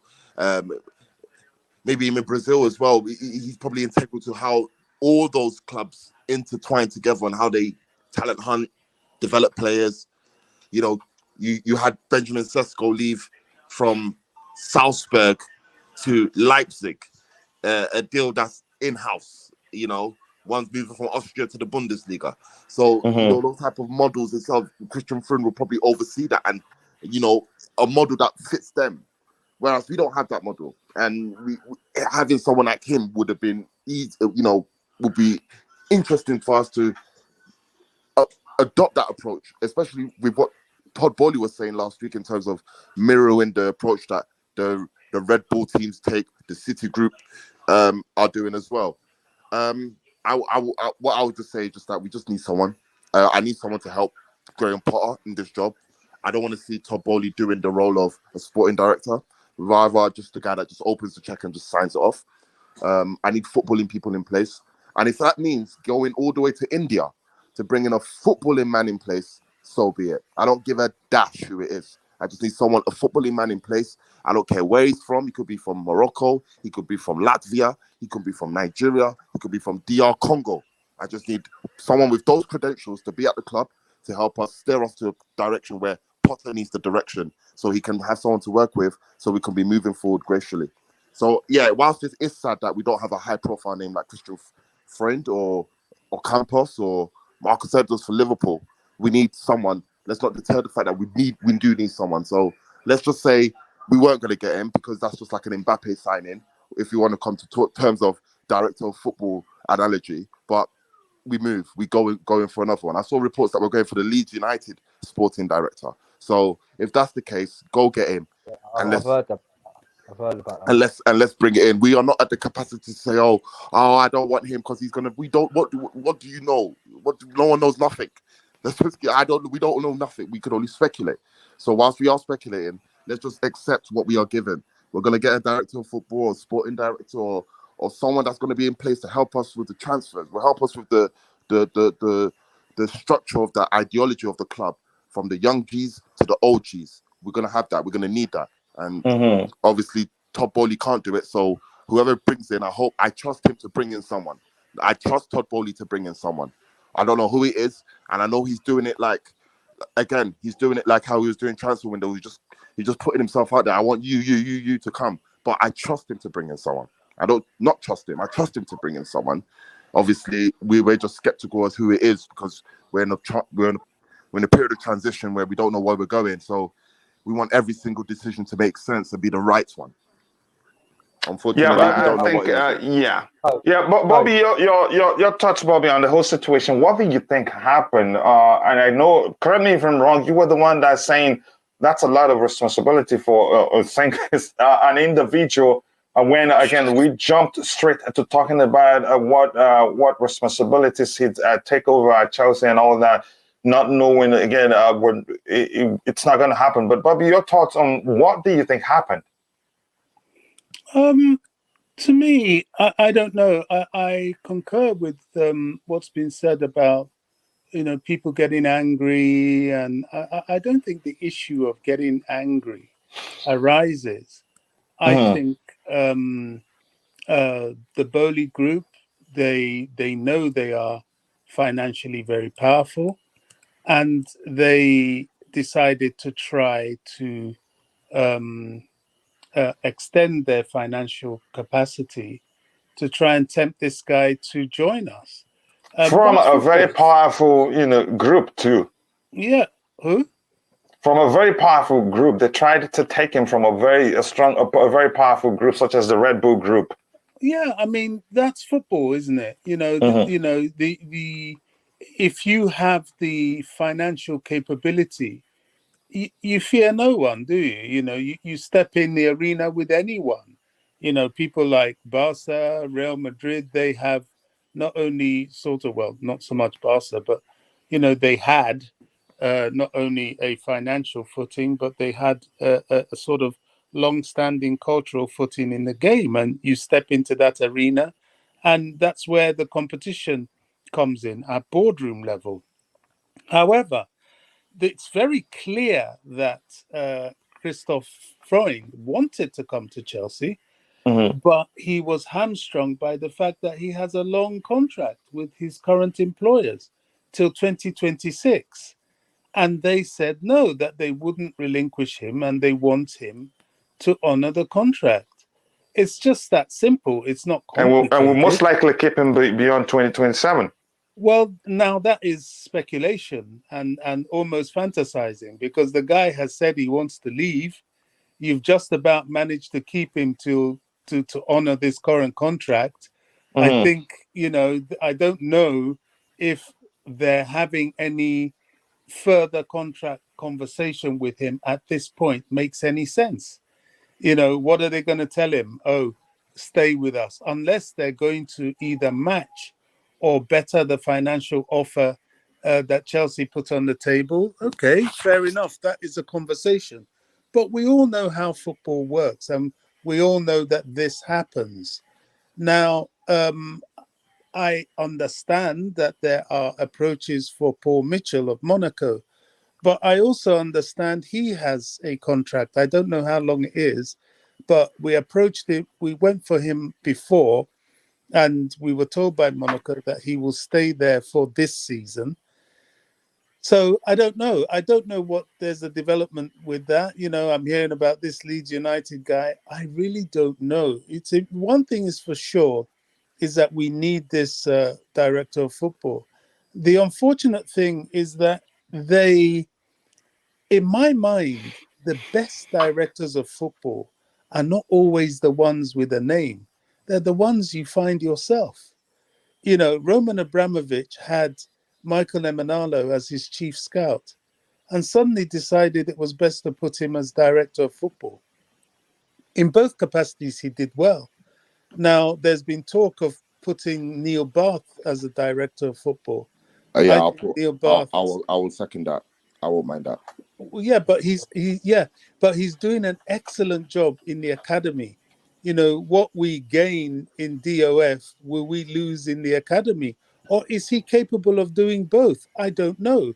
But I think he's been at the club for so long, exactly that he knows both. But yeah, you're right. So the argument would be now, in Neil's case, if you don't give him that opportunity. Go ahead, Bobby. You know, in his case, my suggestion would be, okay, put him as the sporting director, let him recruit his support, you know, because to do the youth and he's somebody that he knows that in the youth setup, we have people like Andy Myers, we have people that went away. I don't know what he's doing now. Eddie Newton, we could bring back. We have this guy. Oh gosh, the former Chelsea player, little guy that was with Lampard. God, what's his name? Harley. John Harley. No. Well.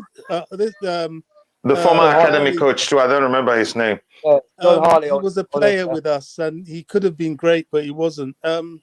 Oh gosh, what's his name? It'll come to me. You know, there's so many of these Chelsea players that he could put in the right positions in the youth setup and probably even in the scouting setup. So to me, Neil Bath has been the name you're looking is for. I think somebody provided it in the chat. Jody Morris. Jody, that's right. Yeah, you know, Jody Morris. You know, I would take Jody Morris back. Jody loves Chelsea. You see his comments on Twitter. You know, I've met Jody. I've spoken with him. And thank you, Yarami, for that information. Go ahead, Bobby. Yeah, you know, he's very knowledgeable. So, you know, we could do worse, you know, than promoting Neil Bath. And often the best sporting directors are the ones that come from within. You know, when you get all these people from outside, you get some funny kind of financial issues, and they're not all, there's no guarantee that they will do with you what they did with the other team. But if you have your own, there's every guarantee that he will do with you what he did with the other team, because there's a continuation. And Neil Bath has already been reaching out internationally. You know, that Brazilian kid he earmarked and so on. So you know, that has to be a club decision. It's a decision that has to be taken sooner rather than later. I don't understand the hesitation with Neil. I think probably there may be concerns as to, you know, there's one thing doing it on youth level, but doing it with sort of international footballers and all the financial deals and managing a £300 million transfer war chest is a whole different ballgame. So I don't know. Maybe that's the hesitation. That's why, you know, it's easy. Usually it's a human thing to quickly stereotype an individual because of how well they're doing in a particular thing, not look beyond, adapting. They're doing quite well and seeing the possibility of them, you know, translating what they've been able, that's the ability to do whatever they're doing at a certain position in another position. In the case of Neil, you talked about, I think the club, let them give him that role. Let them help him. That's like you said, he bring in his own people. He can help the club find another person who's equally great at scouting young talent. And again, if you leave him too long there, like IBZ mentioned, he's been in that position for too long. He'd be looking for something bigger, and something bigger in this case becoming a DOL for another club. So one thing you find about the Chelsea youth setup is I've met these guys. I even met the late Dermot Drummond. You know, these people are doing it because that's what they love to do. It's not just it's not about money, although they're getting paid and, getting paid well. But it's what they love to do. They've been doing it for years. So you think he'd not be interested in moving up to a bigger role such as the DOF? Well, maybe No, not. Maybe that's the hold-up. no. Maybe he's saying that he doesn't want it. I don't know. I wouldn't be surprised if he was saying that, because knowing Neil, these guys are so devoted to the club, really. We're so blessed to have them. But, that's English football, because we're not the only club that has these sort of people. We have tea ladies at Chelsea, tea ladies that have been there since the 1970s. We have these people. There are people that work in that club out of love for the club, just like you or me. They're fans as well as servants to the club. So, Neil is one of them. And if you get one of these people into a position of management, it's always the best. However, what concerns me with that is that you then put them into a position of turnover. If things go wrong, you look to get rid of them and all that. And I would hate to see that to happen to someone like Neil. Neil Bass should be at Chelsea forever. Yeah. You know what I'm saying? So I don't know. That is an option. It's not the option, but it is a option. The only thing I want from the Boehly group, or rather the club needs, is that position gets filled now.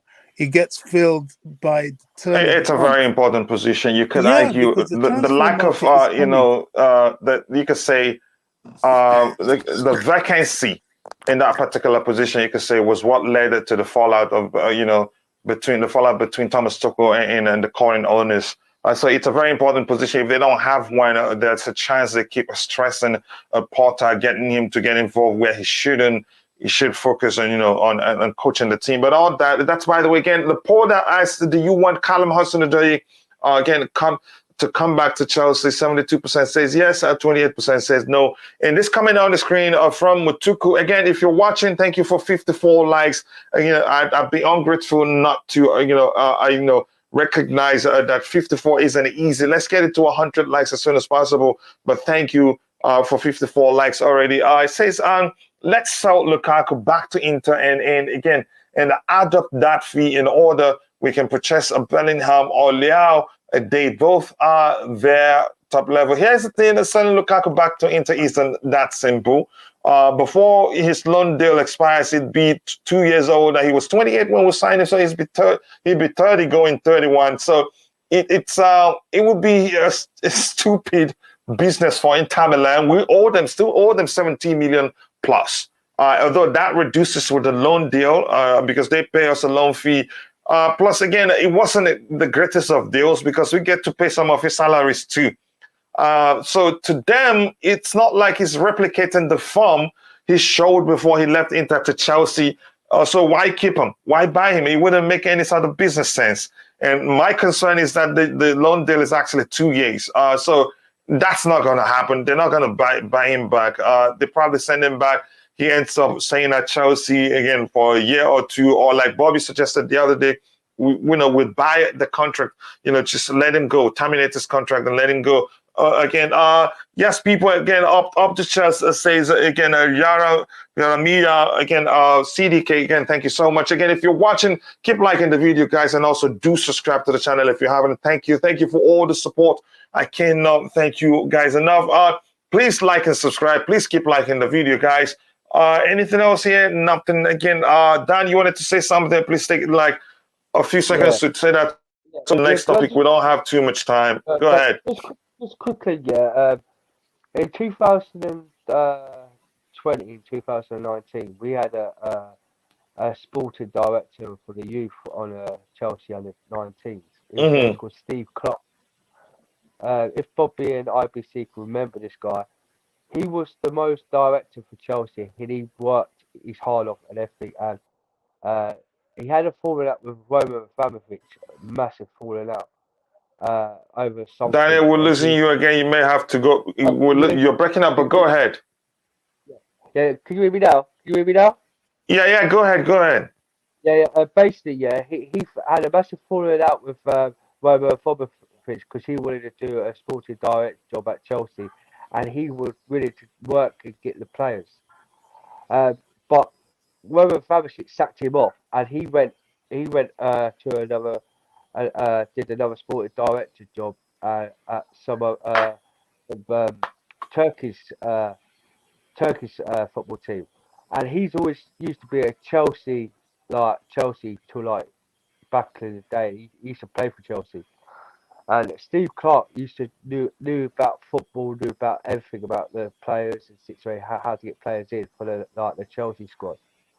So you can remember like when you said about Thibaut Courtois, he's the one got that deal done with Thibaut Courtois at Chelsea when he was 17. There's a few players that he actually got in from Chelsea. But my case was with this. I know we've been hearing talks with this Atletico Madrid director, seeing we're trying to bring him in. But if it could be possible, Todd Boehly knew about Steve Clark, yeah, we should get him back in and help the Chelsea. Like it would be a good deal if we could get that total, like what Bobby was saying at IBC about him like getting the Chelsea, the 23s, the director there. But if we could try and get Steve Clark back in, I reckon he would do well and get us the sporting what he needs, because he knows Chelsea and he's been like this. He was a sporting director for when he tried. It was a massive fallout. I don't know if you guys can remember that. There was a massive fallout with Roman Abramovich and him, and he actually left the club. And apparently, they were saying he got sacked, but I think he left the club because he wasn't happy, because he was good mates with Lampard and Jody Morris, Steve Sinclair. That's another one. No, Frank Sinclair? Yeah, Frank Sinclair. So this guy's your naming, you think they'll be able to fulfill the DOF role? Yeah, because Frank Sinclair, and Steve Clark, they were friends, and Frank Sinclair wanted to do the sporting director at Chelsea. He was a proper Chelsea through and thin coach, and also he wanted to do the job, and then he didn't get the job, and he left Chelsea to go move on to some other club. I can't remember if it was he went to Watford or somewhere, but he's doing the sporting director at one of the clubs now, and he's banging like youth players and players for the team where he's at now, doing really well.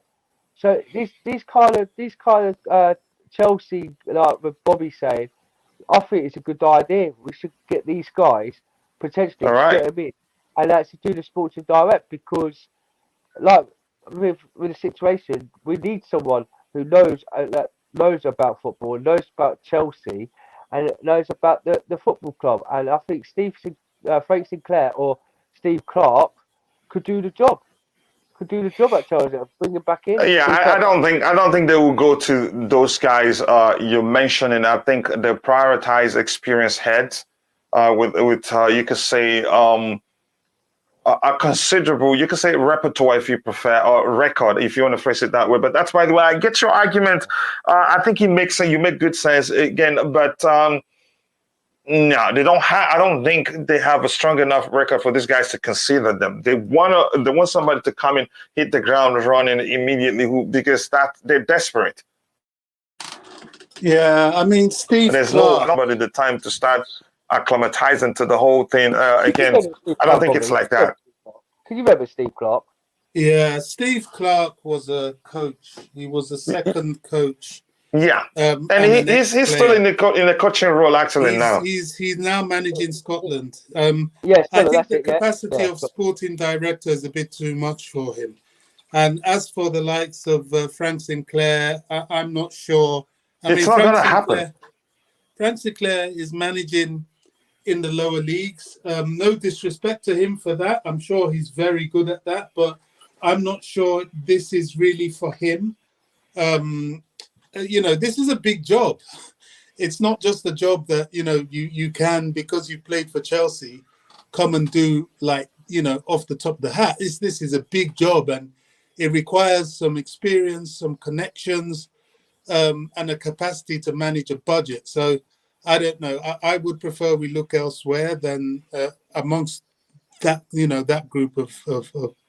I know we're interested in Atletico Madrid's director, Todd Boehly is trying to get Atletico Madrid and Leeds United. But like what I was trying to say, Bobby, is when Steve Clark, whenever he was at Chelsea, it was the coach, but he knew the sporting direct. He did the calls and actually knew everything. And Romelu Lukaku at that time was struggling, and Steve Clark said, and they had a massive falling out. That's why he left Chelsea. That's why, because where he's now at Scotland, he's probably doing the sporting direct there and getting the players where he knows. And I think if it's the case of like with these players, like with Steve Clark, get him the opportunity to come back to Chelsea and actually and get him to give him the chance to do the sporting direct, because he wanted to do it at Chelsea, but he had a massive falling out with Roman Abramovich for some reason, and then he got sacked off. And then he left. All right. All right, let me catch up with the chat and then we'll come back and switch topics again. Some question, I think this question in particular, again, gets us to switch it. I've seen that. I don't trust the source where I saw that myself. I think it's nonsense. I heard, again, Olasheni Sotunde, my brother, thank you for finding time. Thank you for finding time to join the show. Again, before I continue reading, we have 60 likes, so we need 40 more likes to get it to 100 likes. If you're a mod, keep reminding people to like the video. Also, do subscribe to the channel if you haven't. And if you want me to put up any poll that you think will benefit those in the chat so you can get the fans' opinion, please do. Here says, I heard Chelsea wanted to use Lukaku as a swap deal with Kane because Conte is a big fan of Lukaku. And also, Potter told Boehly he wants Kane by January. Again, I think I saw that report too, but I think it's absolute nonsense. This is something, again, that will never happen in a billion years. Conte himself, if you look at the Tottenham team he has, you can say, Kane, that's no argument. Kane is way better than Lukaku. Maybe Lukaku is more powerful, but in terms of footballing intelligence, in terms of, finishing, again, I don't know how else to phrase it not to come across, so some people don't read too much into it. But again, you can say Kane is a better player. And Kane has proven Kane is more, you could say, an all-round player than Lukaku is. But being a traditional striker, you can say in that aspect, Lukaku is better. But that swap deal, people are dreaming about. I think I dreamt that myself at some point, thinking maybe, that Conte would want Lukaku by whatever possible. But if that involves Kane going the opposite direction, I don't see it happening. Maybe them taking Lukaku from us for cheap. Maybe that's a possibility. Again, just let's look beyond that. But IBZ, if you're still there, your thoughts on this rumor? What rumor is it? Sorry.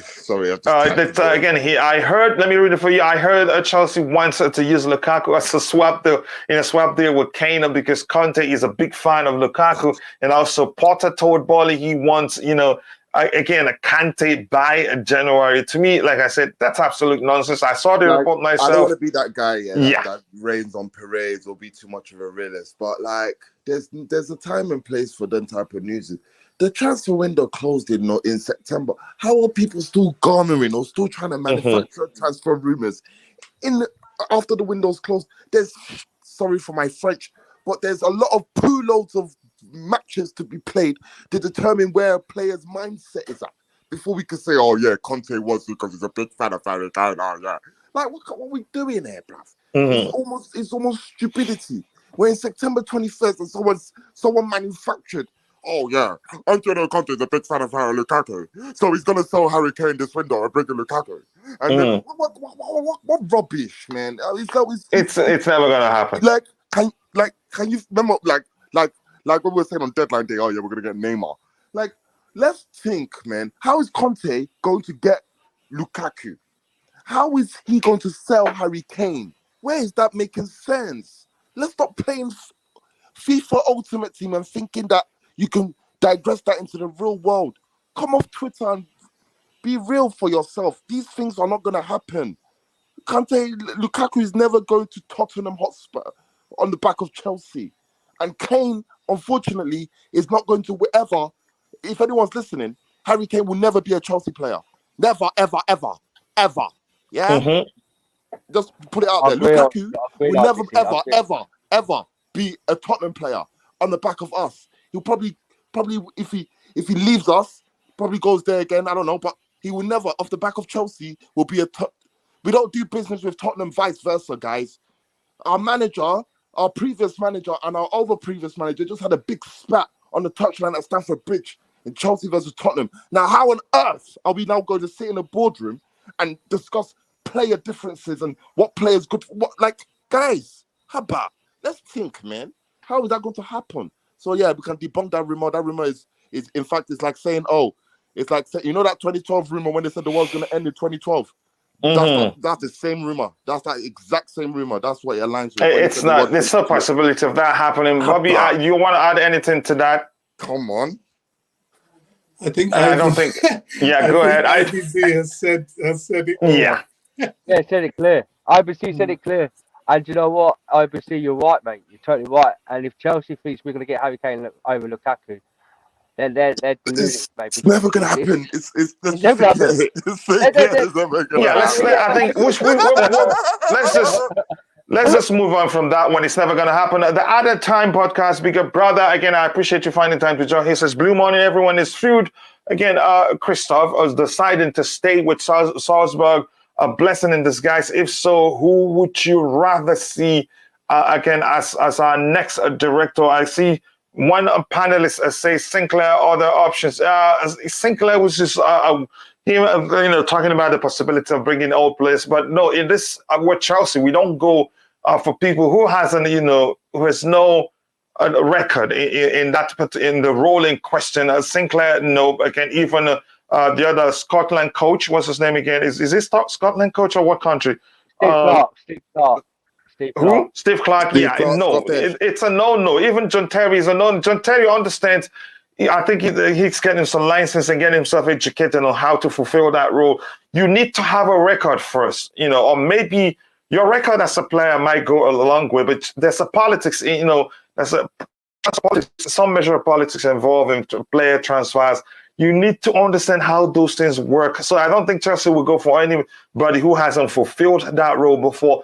It's maybe somebody who's, in the capacity of Neil Bet, we talked about, who's doing something similar, can easily, transfer his talent, and how well he's done in bringing in some raw talent into that bigger role. But that's why I don't think Chelsea will risk that. And again, thank you for finding time to join. And you're a mod here, so if you, again, just share the link to your channel whenever you can. If you're a mod and you have your channel, again, share the link to your channel, no problem at all. I was still scared in 2011.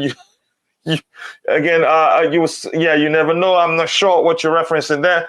Since joining Spurs, Kane has more awards than Spurs themselves. Yeah, he's a good player. You can argue bigger than the club in terms of achievements, but I don't want to get into that argument. It's something that will never happen. IBC, let me start you on this, brother, right here. We're learning, again, contrary to what we heard, that Chelsea, there's no buy option for the loaning club. The club where he's gone on loan. He's going to come back. And Todd Boehly also told him the same thing he told every other youth player, that Thomas Tuchel deemed surplus a requirement. That makes me happy because we have such a fine player in him. You could argue, again, he's one player that you could say he has that intelligence, that leadership ability, leadership in the sense he doesn't need to point, but he points. It comes naturally to him. He points to players where to open up, where there's space for you to go. So he passes the ball there to you. But he leads with his, the way he plays the ball.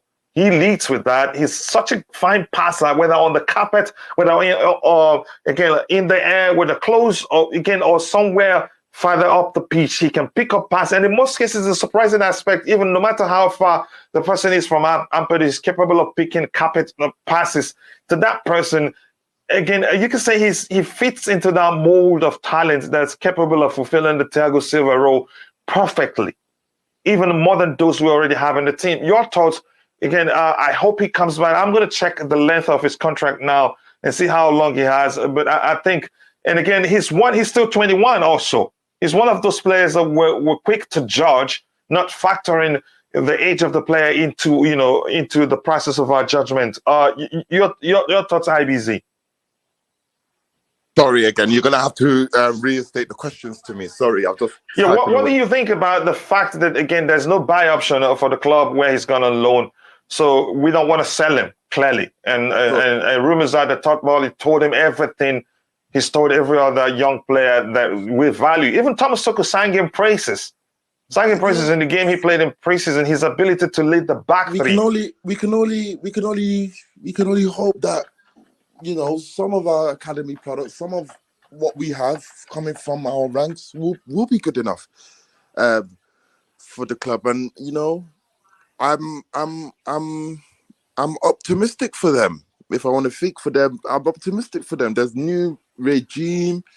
If you've been given reassurances from the boss, from the Oga Pata Pata, if the Oga Pata Pata is telling you there's reassurances, then you know, you should be okay. Just concentrating on. I think the best thing for these guys to do, is just concentrate on the thing that mind the business that pays, and that is putting in performances on the pitch.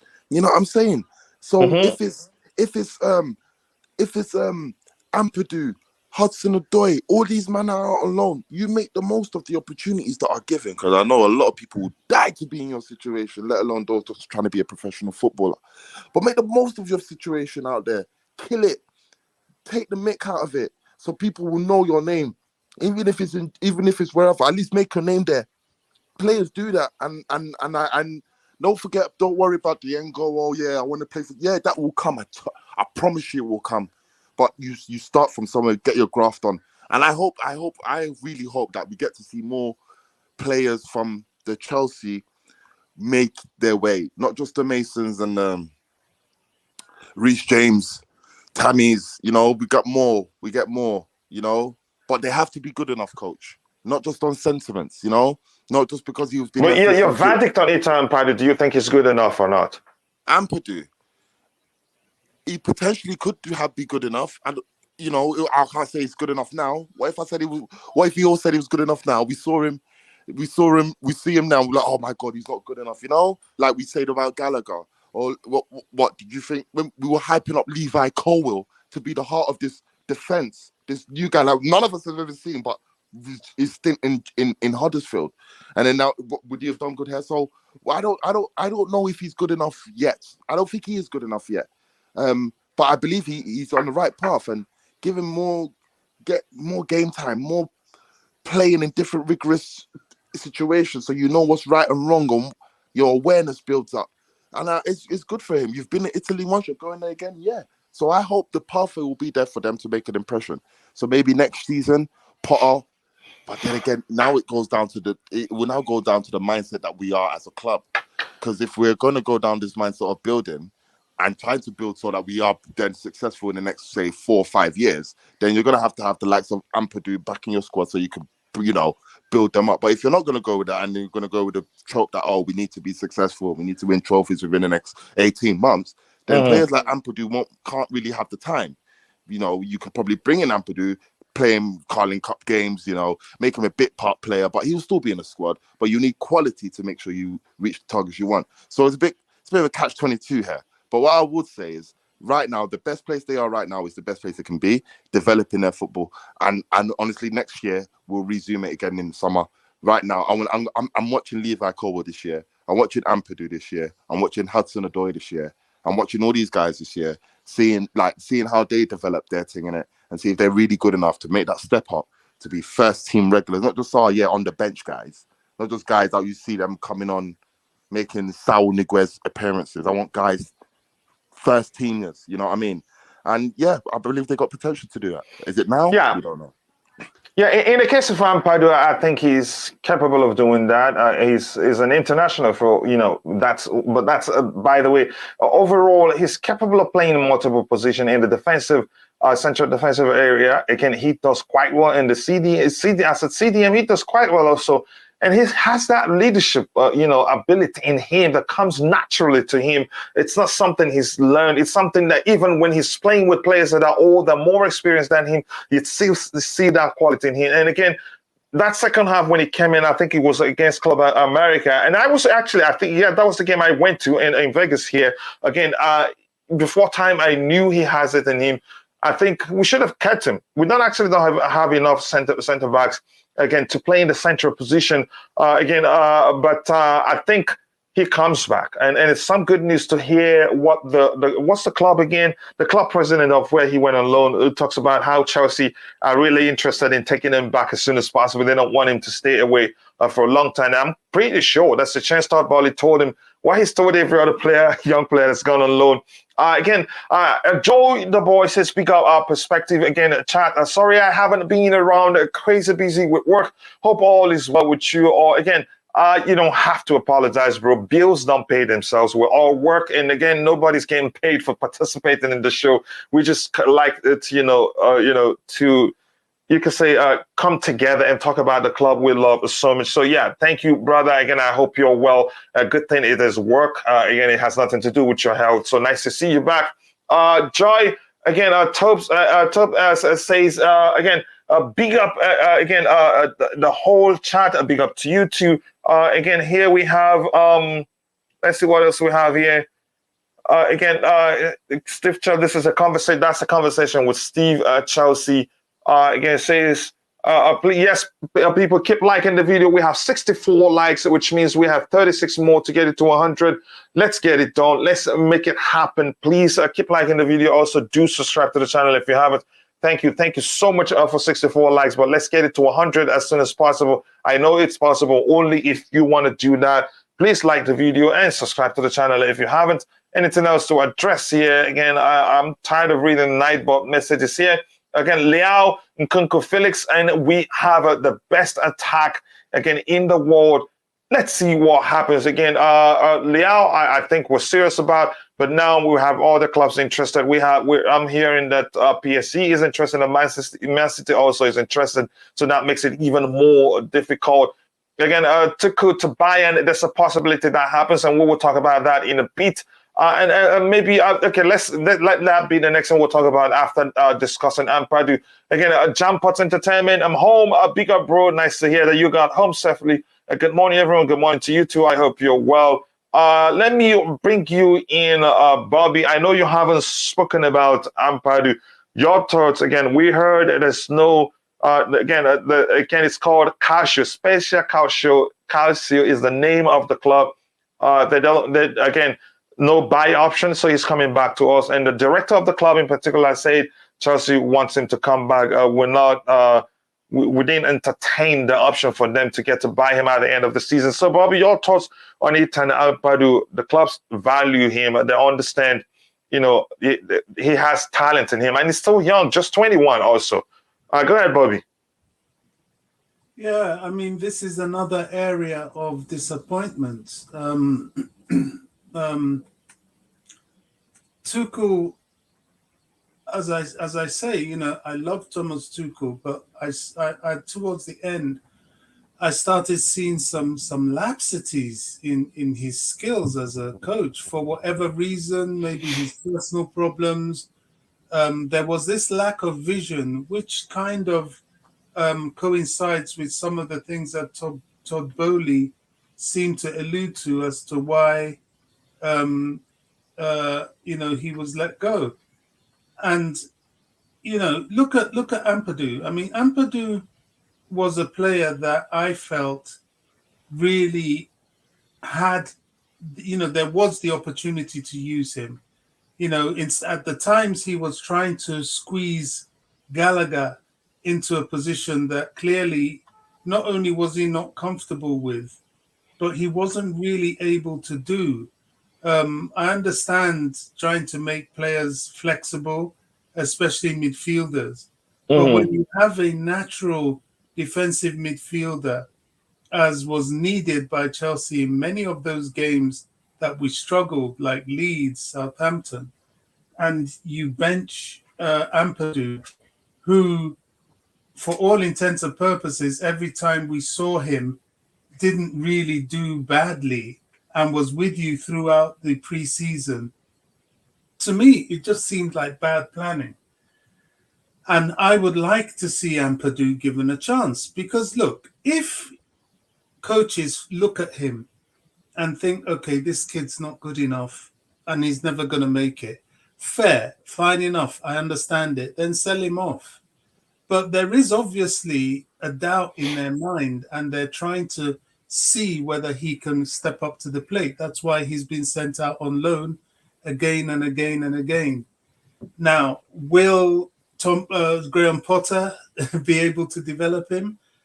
Quite clearly, not everybody. Graham Potter is not going to develop everybody. That's for sure. I don't think he has that luxury at Chelsea to develop every player. Yeah, and he didn't even have it at Brighton. Not to mention Chelsea. It's not everybody that you'd be able to utilize. But the difference with Chelsea is that our academy graduates are just that cut above the rest. Those that aren't ready, it's just a matter of experience, not ability. And I just think that someone like Ampadu should be given a chance. The problem Ampadu will have is probably by the time his time comes next summer, Chelsea may then have got the likes of Moise Caicedo in, Edson Alvarez, hopefully, and then his opportunities certainly in midfield will diminish even more. And clearly there's no competition between him and these players. If we can get these players, we get them because they're better than him. But if we don't, I think we need to give this guy the opportunity at least to be in the squad and be used in the squad, which is what I'd hope for him this year. So, it's a hard one, because at the moment now, laboring with, I promised myself I wouldn't even mention him on this stream, but laboring with J5 in CDM right now, it's painful. Mm-hmm. Yeah, it's a legit argument right there again from you, Danny. Before I bring in again, Roger, Danny, your thoughts. You want to say anything regarding the possibility of Ampadu coming back and how happy you are that we're not letting him go? Stay there, and I want to see the length of his contract. By the way, I haven't checked. Go ahead. Basically, Ampudu's been out on loan for 3 occasions at Chelsea now. I'm afraid he's a quality player. I've liked the guy since he's been at Chelsea for a long time. But if we're going to keep on loaning him out and he ain't actually going to get first team football, I think the possible chance now is just to say get rid of him because these situations. He's got 2 years on his contract. Yeah, I know. Yeah, 2 years. Yeah, 22. So probably he had a yay that was triggered automatically. Because on transfer.com is in 2023, but go ahead. Yeah, well, basically, we're signing all these players. Like we've been signing all these players, yeah, and it's always the situation with Ampadu out on loan every season. Don't get chances. He ain't had a game with Chelsea like first team since last season, only apart from a cup game. This situation with Ampadu is really, really frustrating because he's a quality player. And we should, if it was the case with Conor Gallagher at Ampadu, we should have had Ampadu at Chelsea this season and let him fight and let him see what he could do at Chelsea Football Club. Mm-hmm. But this guy has never had a chance to do that. He's always going out on loan every single season, out on loan. Well, is it going to be a situation waiting till when he's 24, 25 and then having first team? It can't be like that, Coach. With this situation with Ampadu, he's a quality player. He could do the business. You've seen him play on a pitch. His mentality, physically, he's really good on the pitch, out. Even if he's on a bench and he comes on, he's good. This situation is like getting too long with this guy at Chelsea. Been on loan. Been on loan, getting his first team football. Yeah, it's great to see it, but it's time to move on. It's like if Chelsea Football Club, if you want to keep him and stay at the club, keep him and play him first team regularly football with us. Or if you don't, if you keep loaning him out, then get rid of him. Get rid of the guy because it's a situation all the time with this kid. He wants to stay at Chelsea. He wants to show that he could do the job in the football club and play on a pitch and actually play for Chelsea and try and win trophies for us. And he wants to do that at the club. But if he ain't gonna get the first team football and keep him going loan out after season, what is the point keeping the lad? It's any day, get rid of him, because it's not gonna it's gonna ruin his career. And any day loaning him out, yes, it's fair enough. Loaning him out, getting him first team football, but we want him at Chelsea. We want all us Chelsea fans want him to be in the first team football and show that he could do ability at Chelsea. And we ain't seeing it. We're not seeing it. We're not seeing what he's doing at Chelsea, because when he loaned out, what's he going to be like when he's loaned out? And then not been first choice at the football club. It's no point keeping the player. Yeah. So yes, then I think yeah. Go ahead, Dan. So I can catch up and bring in Roger. Go ahead. Yeah. Just like the saying, no point keeping a player. Yeah, if they could get first team football and let him move on to another club, that he will be loved at another club where he could play for the team and get first team. That's the only most thing I want to say, Coach. Yeah, again, thank you very much for saying that. Again, hello guys, good to be back. I say the Kennedy Hebel. Again, I have been busy lately since my students are returning back. Again, teaching is a very good thing, and you're doing a good work. Again, I appreciate you finding time to join. Your work comes first. Bills don't pay themselves, but thank you for being back. Good again, like I've said before, to others who work have kept them out of the show. It's understandable. Again, it's not a priority. You're not obliged to be here. Again, you got to work. You got to feed too. So thank you for finding time to join. More importantly, it's not a health problem. You've been absent because you're working. There's one problem with Leao. He doesn't want to come to Chelsea. His dream club is Real Madrid, and they want him. But Vinicius is on his opposition. That may be the only reason he will come into Chelsea. Again, it's not even coming to Chelsea straight. PSG wants him.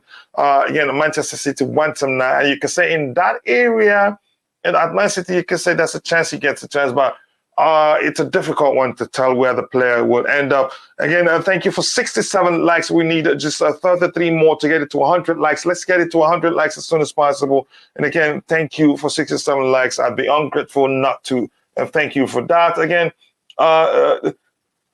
guys, what TT did to Pulisic was low-key a criminal. Now he should be back to his best.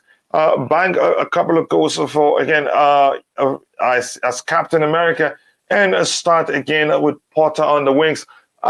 Here's the thing. If your concern under Thomas Tuchel has always been Christian Pulisic being deployed in the right wing back position, it will happen again under Graham Potter, because he does that too. You must understand the application when a winger is played in the wing back position. You must understand the application is different. He's not being deployed there to become a left back or a right back. Again, I'm not going to go into that. I hate talking about it every time, but I know you truly well understand my point there. Mono, thank you again. Why is this young man writing books again, dissing his coach? It's absurd. That's the argument. Again, that reminds me of what's the English International? You could say he started writing a book in his mom when he's still, again, before he's even joined this world. I think what's his name? Arsenal, from Arsenal. I think to what club again? Not Jack. The other one, he played for Arsenal. Again, who? Ramsey. Not Ramsey. Ramsey didn't write a book. Ramsey is an English international. The person I'm talking is English international, and it's not Jack. It's not Wilshere. It was another English international that started under Arsene Wenger, very young, I think 16, 17. Ben White? Ben White? You're about No, Ben White? not Ben White. Don't worry about it. Again, when I remember, I'll say his name. Not Wilshere, not Jack Wilshere. He wrote a book. I think almost at the same age as Christian Pulisic. You shouldn't, again, which means you had to, I know you can hire somebody else to do it for you, but that takes time away of you, from you concentrating on your footballing career to always find time to tell the story you want to be written in the book. I think it's too early to me. I don't care who dissed in the book, but more importantly, it's too early for him to, what your journey so far, how how long? I don't want to really get into that. I could care less. I don't care that he dissed whoever he named in the book, and for whatever reason he did that. I'm not really concerned about that, but he shouldn't be writing the book at his age right now. Ampadu may not have proven himself during his loan spells, so maybe that's why he wasn't being a user more often. Jeff Fife is horrible at being a DM. Yeah, ask Bobby that. He will tell you more. I think Ampadu did well in his last loan spell. Like that, the club wanted to keep him. Actually, was Chelsea that said we don't want to sell him. And Stephen Albers says, I really don't understand Pulisic. He should shame TT, giving us fantastic performance on the pitch, not complaining and whining all the time. Here's what I can agree with. Do I think Christian Pulisic is a good player? Yeah. Do I think he took the opportunities he had under Thomas Tuchel? Not all the time. There are sometimes, again, you regret, you after, again, thank you. Theo Walcott was the player I was looking for, and thank you for providing that name, Gabriel. He took time to write book and actually was underperforming on the pitch at the time. But that's, by the way, again, my point is Christian Pulisic didn't really take the opportunity given to him by Thomas Tuchel. A prime example being the run up to the Champions League final. He started a few high-profile games, and I was hoping he does quite well and get to play in the final, but he didn't take those opportunities. And I wouldn't blame Thomas. I didn't blame Thomas Tuchel for not starting him in that Champions League final. It's as simple as that, because he played against Man City one of those games and didn't play well and underperformed. But again, I'm not judging him. I'm just saying he shouldn't be writing books now. He should concentrate and getting his career back on track and all that. I don't know if anybody on the panel want to say something. Bobby, again, or Roger, anything you want to say about that? If you like, you can talk about Ampadu instead. Roger, your turn. Sorry, I forgot you there. Actually, apologies. No, don't at all. Hello, everybody, by the way. I hope everyone... I can't complain. Thank you for asking. Big up, mate. So I have a few things to say. We're going to see a lot of Ampadu in the World Cup. Don't forget, he's in England's group, I believe, Wales. He's an international player and plays for a country that has qualified for the World Cup, albeit on the back. And he was pivotal to how well they played during the qualification period. Go ahead. Yeah, indeed. He has played in a number 4 position and a number 6 for Wales, as I've said before. If anyone gets the opportunity, watch Wales play with him playing. He's an excellent player. And let's not forget, he's the ripe old age of 21. He's a fetus. Come on. He won't probably reach his peak till his late 20s, early 30s. Based on his position, most players don't peak in that position until then, I believe. So he has so much time to develop. Dan, I say this respectfully, and I understand where you're coming from, but he's way too early in his career to move him on. He just has so much time to develop. At his age, I think I first saw him play for Chelsea when he was 17. He had a cameo. Yeah, he's 22, by the way. Is he 22? Wow. He's so I said 21, but he's 22. Yeah, sure. But he's early 20s, and he's just progressing and developing, and that position, as we all know, takes a long time to develop, especially in the back 3 or 4, because you have to read how the game progresses. The further back you are in a team, the further more defensive responsibilities you inherently inherit, and you have to develop that knack of reading the game. Otherwise, you're never going to play.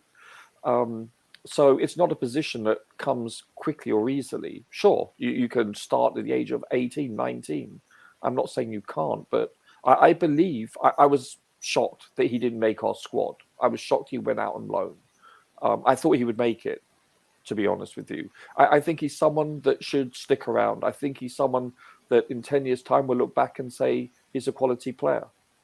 I've been impressed with him every time I've seen him play. It's simple as that, in the air and on the ground.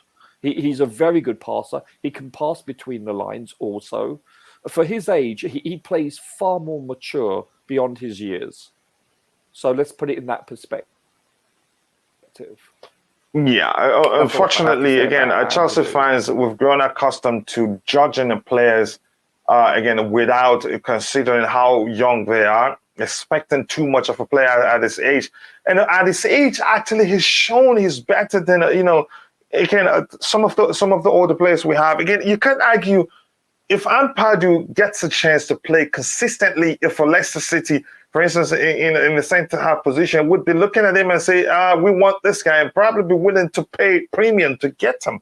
Again, it's a natural thing for us to usually, take advantage of, again, you could say for granted what you have that's already yours. And I don't mean to go against Bobby, because I know Bobby is a huge fan and proponent of J5. Wink, wink. Bobby actually loves Ampadu, but go ahead. I get your point now. Go ahead. Go ahead, Roger. Roger, quick question for you, yeah? Yeah, sure. Right.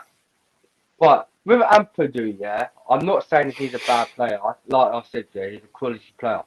He is. Would you want a player, at Chelsea, keeping getting loaned down, not get the chance, a chance to be in the first team football, like you said, yeah, not getting picked for the first team of Chelsea, and how well he does for Wales, and when he's out on loan, how well he proves to do teams in another league, does well for them, and still does not get picked at Chelsea Football Club. Would you want a player to be upset and stay at a club where he always gets loaned out, or would you be happy him to be loaned out and stay at the club? You wouldn't you? You wouldn't want a player, because in the day he's a quality, like I said, he's quality mentally, class on the ball, out thinking and out what he does for Wales, what he does for other clubs. But when he's at Chelsea, the guy don't get chance to have games. The last time I've seen him play was in the league game when he was 17. He's 22 years of age, same as Conor Gallagher, same age, right? But the guy still does not get a chance to play first team football at Chelsea. So why keep a guy who don't play at Chelsea and keep him get loaned out and let him just move on? That's what we should just do. Let him move on. He wants to play first team football. He don't want to be loaned out. Well, actually, go ahead. Can you give him a response so we can move on? Well, sure. No, I understand your logic, Dan.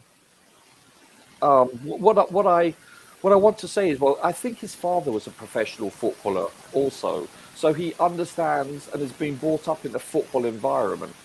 So, getting back to your question, yeah, I actually think he should have made the team this year. So I was shocked that he didn't. I really was. So would I want to see him loaned out every year? No, not at all. But I think it's far too early in his career for a decision to be made on him based on where he plays. And I think, all joking aside with Bobby, I would have preferred him starting in the number 6 than Jorginho. As simple as that. I think he's that good. That's just my opinion. Doesn't mean I'm right. I'm just giving you my 2 cents. Yeah.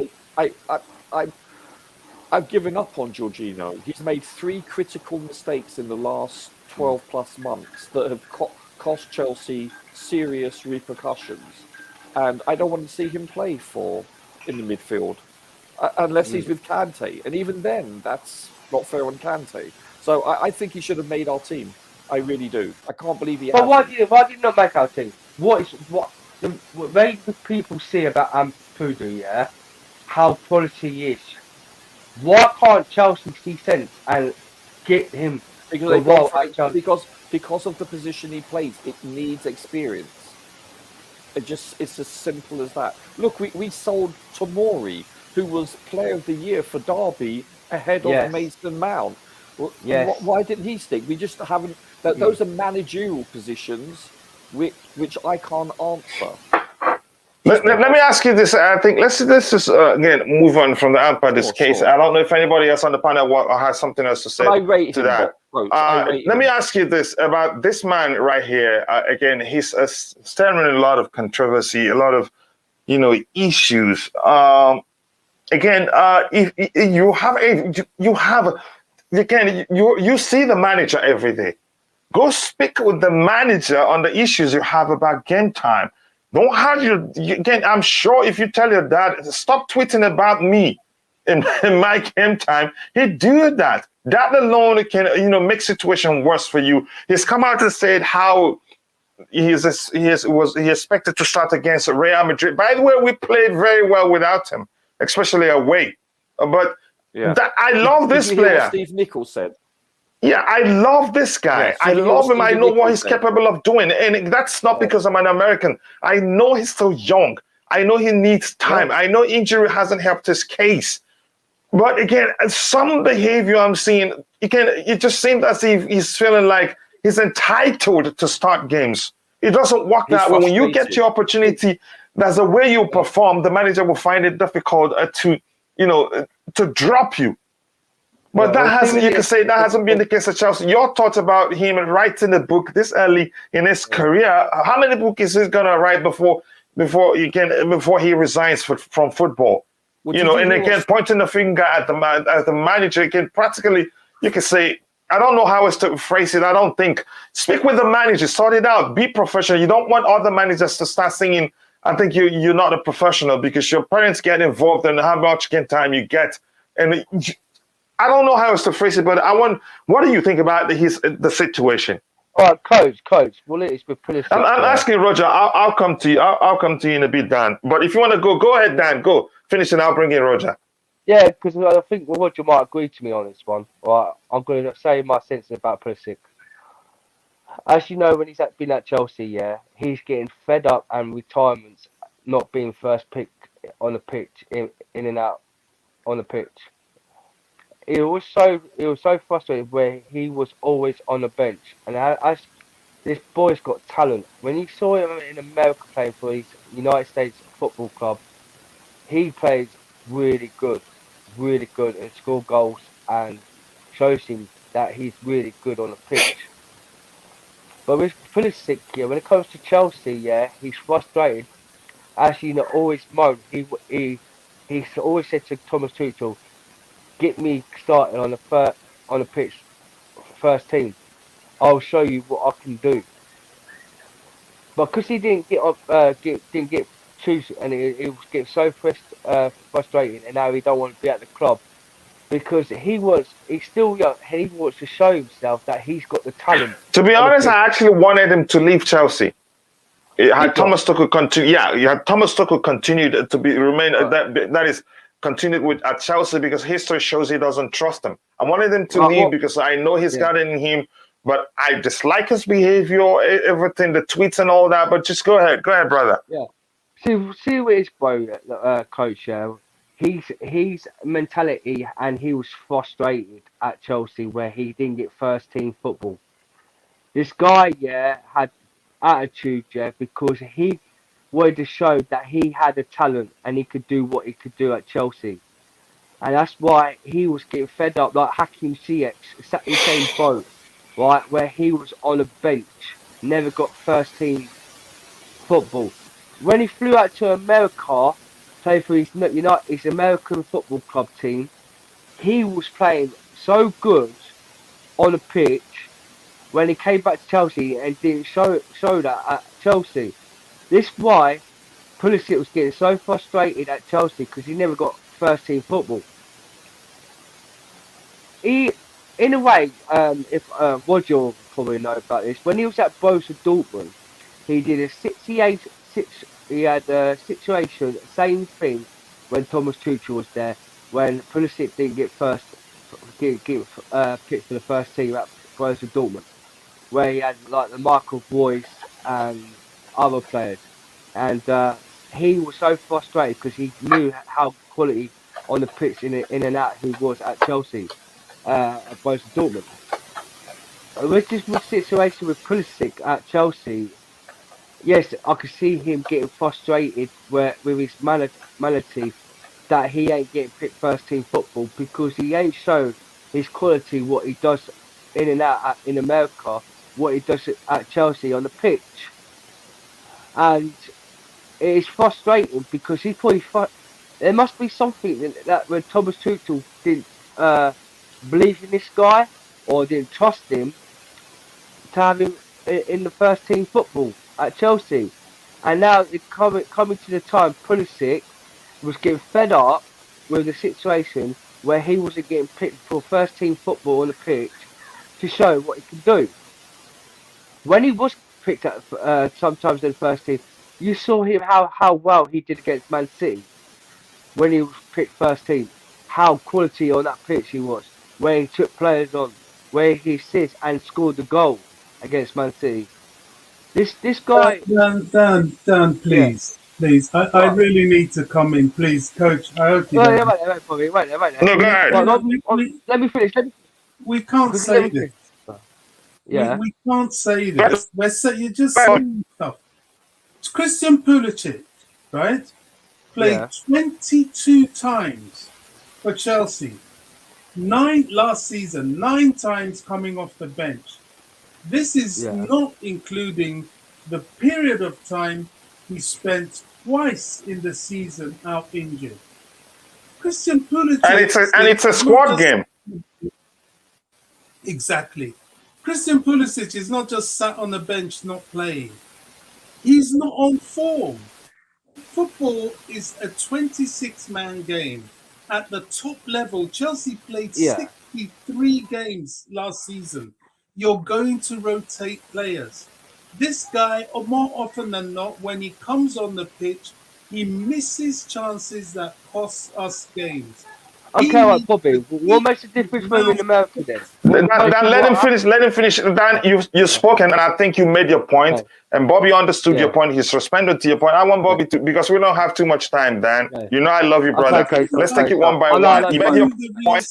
He's responding to your point. I want him to come in so that I can bring Roger. Go ahead, Bobby. I'm giving you the real stats. This kid needs to keep his mouth shut, sharpen his game, and focus on his football. Stop this rubbish writing books, getting your father to put stuff on Twitter and all that nonsense. This is football. If you want to be the best, you play the best. Start scoring goals. He fluffs so many chances in front of goal. Of course, he's going to be benched. I'm sick of this nonsense.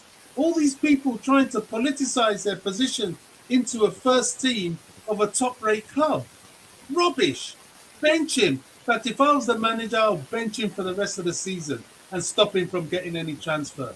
What is this crap? Look at the money he's earning. Please, spare me. I'm tired of hearing this from a bunch of prima donna kids. Yeah, Roger, you want to come in? Go ahead, brother. And again, people, 72 likes, 28 more to get it to 100 likes. Please, if you are more than you are in the chat, keep reminding people to keep liking the video. Let's get it to 100 likes as soon as possible. As for me, again, I would say as much as I love Christian Pulisic, as much as I understand he's a fine player, I think his behavior to me, again, you could say shows a sense of entitlement. Plus, I just play when you get a chance, take the opportunity. Yes, injuries haven't helped your case, but when you get the opportunity, when he had the opportunity to, state a claim for a starting place, he hasn't really done that. Again, I would rather him move to other clubs where he'd get a chance to play consistently and show what he's capable of doing. At Chelsea, I'm sensing, again, that issue of people complaining him being played in the right wing-back position or an inside forward, I think it will happen again under Potter. And if you know Potter quite well, you know that will happen. Bobby, were you still talking, or should I go to Roger so we can, switch topic? We have quite a lot to talk about. Yeah, I mean, I was just going to round off with, look, all this it doesn't impress me at all. It doesn't impress me. He's had more than enough opportunity. He needs to sharpen his game. He needs to keep his mouth shut and focus on what he does on the pitch. And then he will get more time.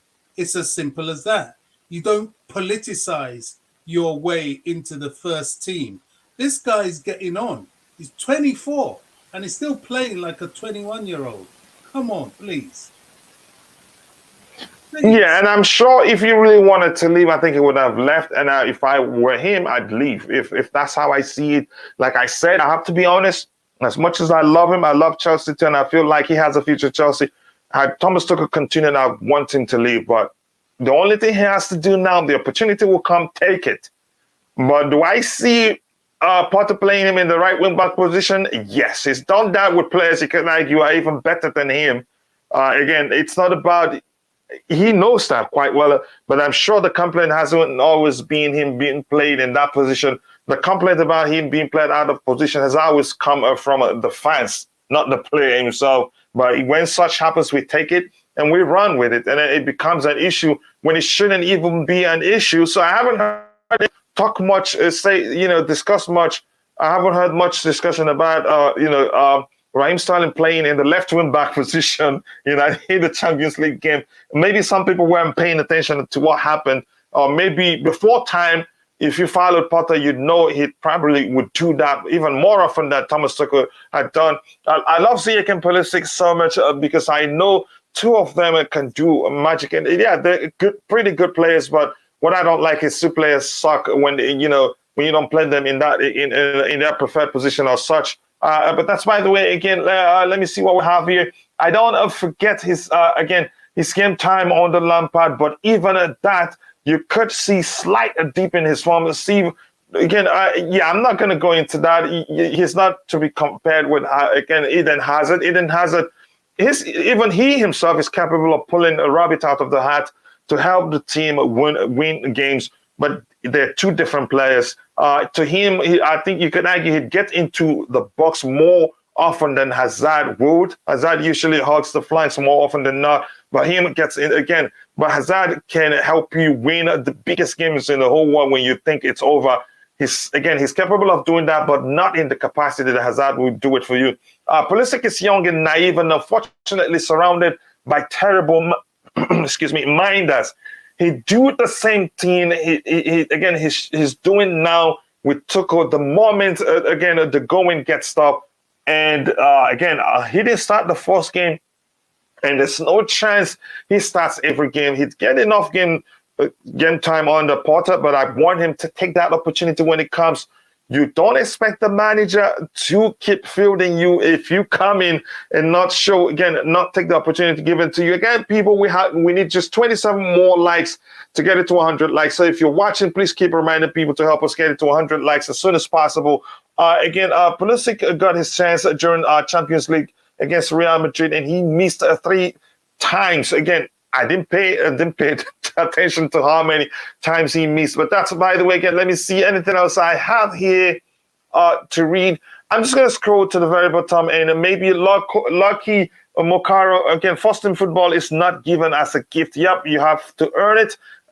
He has to earn it in training and the minutes he gets. He has to justify why he should get more minutes. Again, Guy has been poor in the last 2 seasons. I wouldn't just conclude that he's been poor. No, again, he's had opportunities. Injury hasn't helped, but the complaint and the pettiness I'm seeing from his camp is something I really don't appreciate. And you can argue managers will not appreciate that. Even new managers, again, they see you. I don't know how it's to phrase it, not to come across as I'm into name calling or that, and I don't want to do that. Adekunle here says, again, Pulisic is young. I think I've read that comment before. Again, let me see what I have here. I'm just going to scroll to the very bottom so that whatever we're reading is aligned with the current comment. Pulisic he keep talking but needs to perform. It's as simple as that. Again, Santiago Munoz responding. He says, I would choose Nkunku because he can play in many positions. Again, he's a hybrid number 9, which you could say, I wanted him for Thomas Tuchel, and I still think will do well if he plays under Graham Potter. I prefer other winger options are similar to Sterling. Again, thank you for that great comment there. Chelsea Blue says, how young is young in modern day football? Again, to be 23 and 24, you're not young anymore. You could argue since players play longer these days, given science and again medicine, and then more approaches, more lifestyle that helps players play longer than usual. I think you could say 24 is still young. If we have players nearing their 40s still playing, then 24 is still very young. I'm going to come back to the panel. Get your thoughts. Roger, have you spoken about Christian Pulisic before I go to AD? Sure. I'll quickly just talk about him. Go ahead. I didn't know you haven't spoken about him. Sorry. No, that's totally fine. Mm-hmm. I think there's a couple of things. I listened. Well, okay, back in my day, when you were a young player, you actually had to clean the boots for the starters. Am I correct, Bobby? It's like when you were really young, this is what you did. You cleaned the boot. Absolutely, 100%. You cleaned the boot and you cleaned the dressing room. Yeah, that was part of beauty, including the toilet. Yeah, the locker room. Exactly. And they used to. Go ahead, Roger. Used to toothbrush. Yeah, and that. And you know, I get the sneaking suspicion that these young players now, their chauffeurs have chauffeurs. You know, obviously a facetiousness there, but you know, so I think they have a sense of entitlement. So, and don't forget, we all are a product of our environment, and I get the sneaking suspicion that people are talking in his ear, like his agents, like his parents, etc., etc., and he's being fed certain information that inflates his ego. And I think that's why the people that are surrounding him, from a personality and psychological perspective, are doing him a great disservice, in my opinion. It's seemingly so. Maybe I'm wrong. I'm just assuming here. And I think this is what is transpiring. Listen, he comes from a very large country, the size of a continent. And he's nicknamed Captain America. He's the main man, per se. But your average super team, club team, like a Man City, a Bayern, a Real Madrid, etc., America. Well, they could beat most nations, if actually all club nations, because of the fact they work in 10.5 months a year and they work as a team more. So I think he's being fed so much with the media. It's huge in America. So he's the main man. He's the Michael Jordan of football currently. So he has this entitled ego with him, I'm fearing. I listened to Steve Nicol on ESPN FC, and they were talking about Thomas Tuchel, and Steve Nicol criticised Thomas Tuchel, saying that he had benched him for the midweek game because he was telling him that he would start for the second leg of the championship game against, I think it was Real Madrid, and that never transpired. And he said he actually did this with a player when he was a coach in the United States, and he said he had to change his mind where he couldn't actually bench someone because you lose a player when you do that to someone. I've coached, but I haven't coached at a professional level, and I'm not sure whether you could lose someone. If I was a player and a coach said that to me, I don't think he would lose me. I think if he made the decision based on tactical reasons, but who's to say? Regardless, I look at it as a form of petulance, how I see him. But maybe I'm old-fashioned. I'm showing my age here. I can't relate to most of these young players. So that's my opinion. Is he a good player? Does he have potential? Yes, he's excellent. And coach, I get the sneaking suspicion that he is the type of player that needs a run of 4 or 5 games as a starter to bring his form out. I get that impression. Yeah, it looks like it. But my criticism of him is, like, if you watch him when he's muscled off the ball, instead of trying to run back and get in position, he throws his arm up in the air and complains. He does very much like Ziyech, you know. So that I see these signs of, you know, instead of accepting the fact you lost the ball, try to get back in position and maybe regain possession. I don't see him do that often. He's I don't know, he's like a prima donna in that regard. But when he was injured and taken off in that FA Cup final versus Arsenal, he was our best player for several months. He really was. Yeah, he was. Has that no, there's no taking that away from him. So that's what I have to say. He's a. Yeah, I don't know. Again, thank you very much for that. Again, awesome contribution. Your thoughts, AD for Love. Welcome to the panel, brother. I hope you're doing well. Again, we need just 26 more likes. Even if you're on the panel, if you haven't dropped a like, please take a second to drop a like on the video. Let's get it to 100 likes again as soon as possible. We haven't hit, since the transfer window shut, we haven't hit 100 likes for a while. The most was 97, I think so. So please, again, if you haven't, drop a like on this particular thing.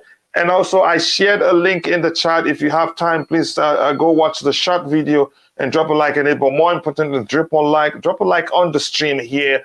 It helps us reach more people. Please help us fill up this chat room by liking and sharing this change. Again, Chelsea perspective is one of the best. I thank you very much for saying that. I appreciate that, Jamport Entertainment. If you haven't liked the stream, also do subscribe to the channel if you haven't. AD for Love, your thoughts on the case of Christian Pulisic. He's written a book, and I'm sure you've heard about what he said in the book and all that.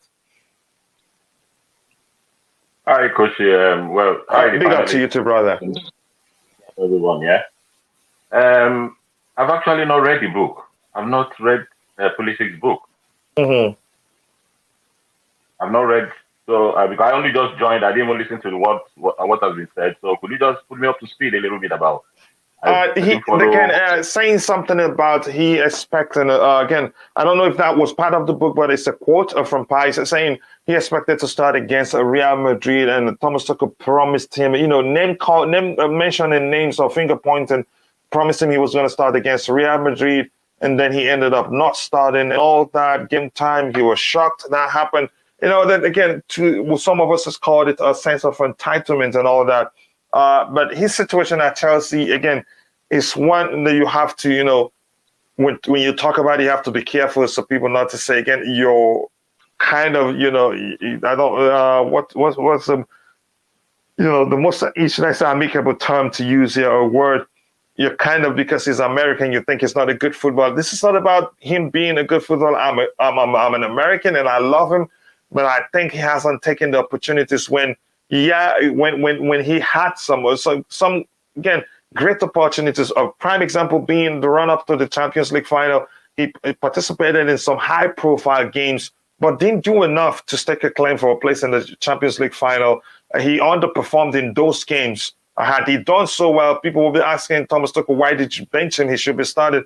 But again, injuries haven't helped his case. Again, and I actually wanted him to leave Chelsea during the transfer window, but past a transfer window, but he didn't. So your thoughts on his case at Chelsea, his situation overall? I say Pulisic, we expected more from Pulisic than what we are getting. To be honest, we expected more from Pulisic, and he's not really hit the height that should be as a footballer. He's had some good games, some bad games, and I think he's got more bad games, if I'm not mistaken, than the good games we as fans can ever remember.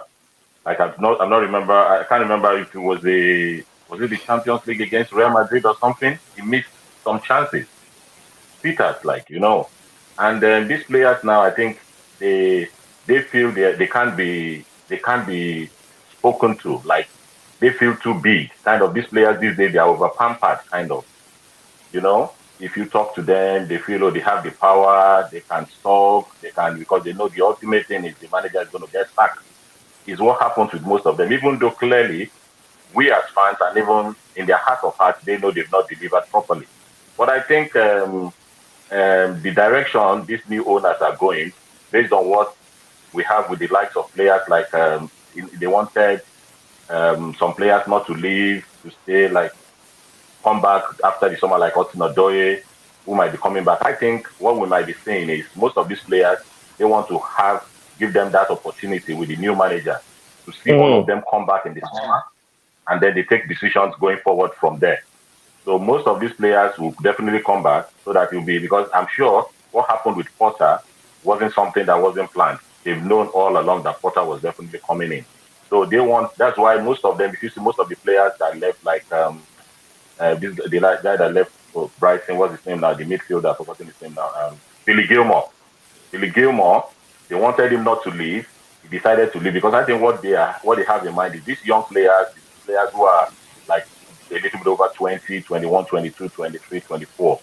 They want them to come back. So this new manager will have a look at them in the summer, probably have pre-season with them, and then next season, loads of decisions will be taken about these players, the likes of Pulisic, Kai Havertz, Otino-Doye, all of them. And then the new players that will come in, then we start, like I said before, previous programs shows that all these players will have their time to stake their claim.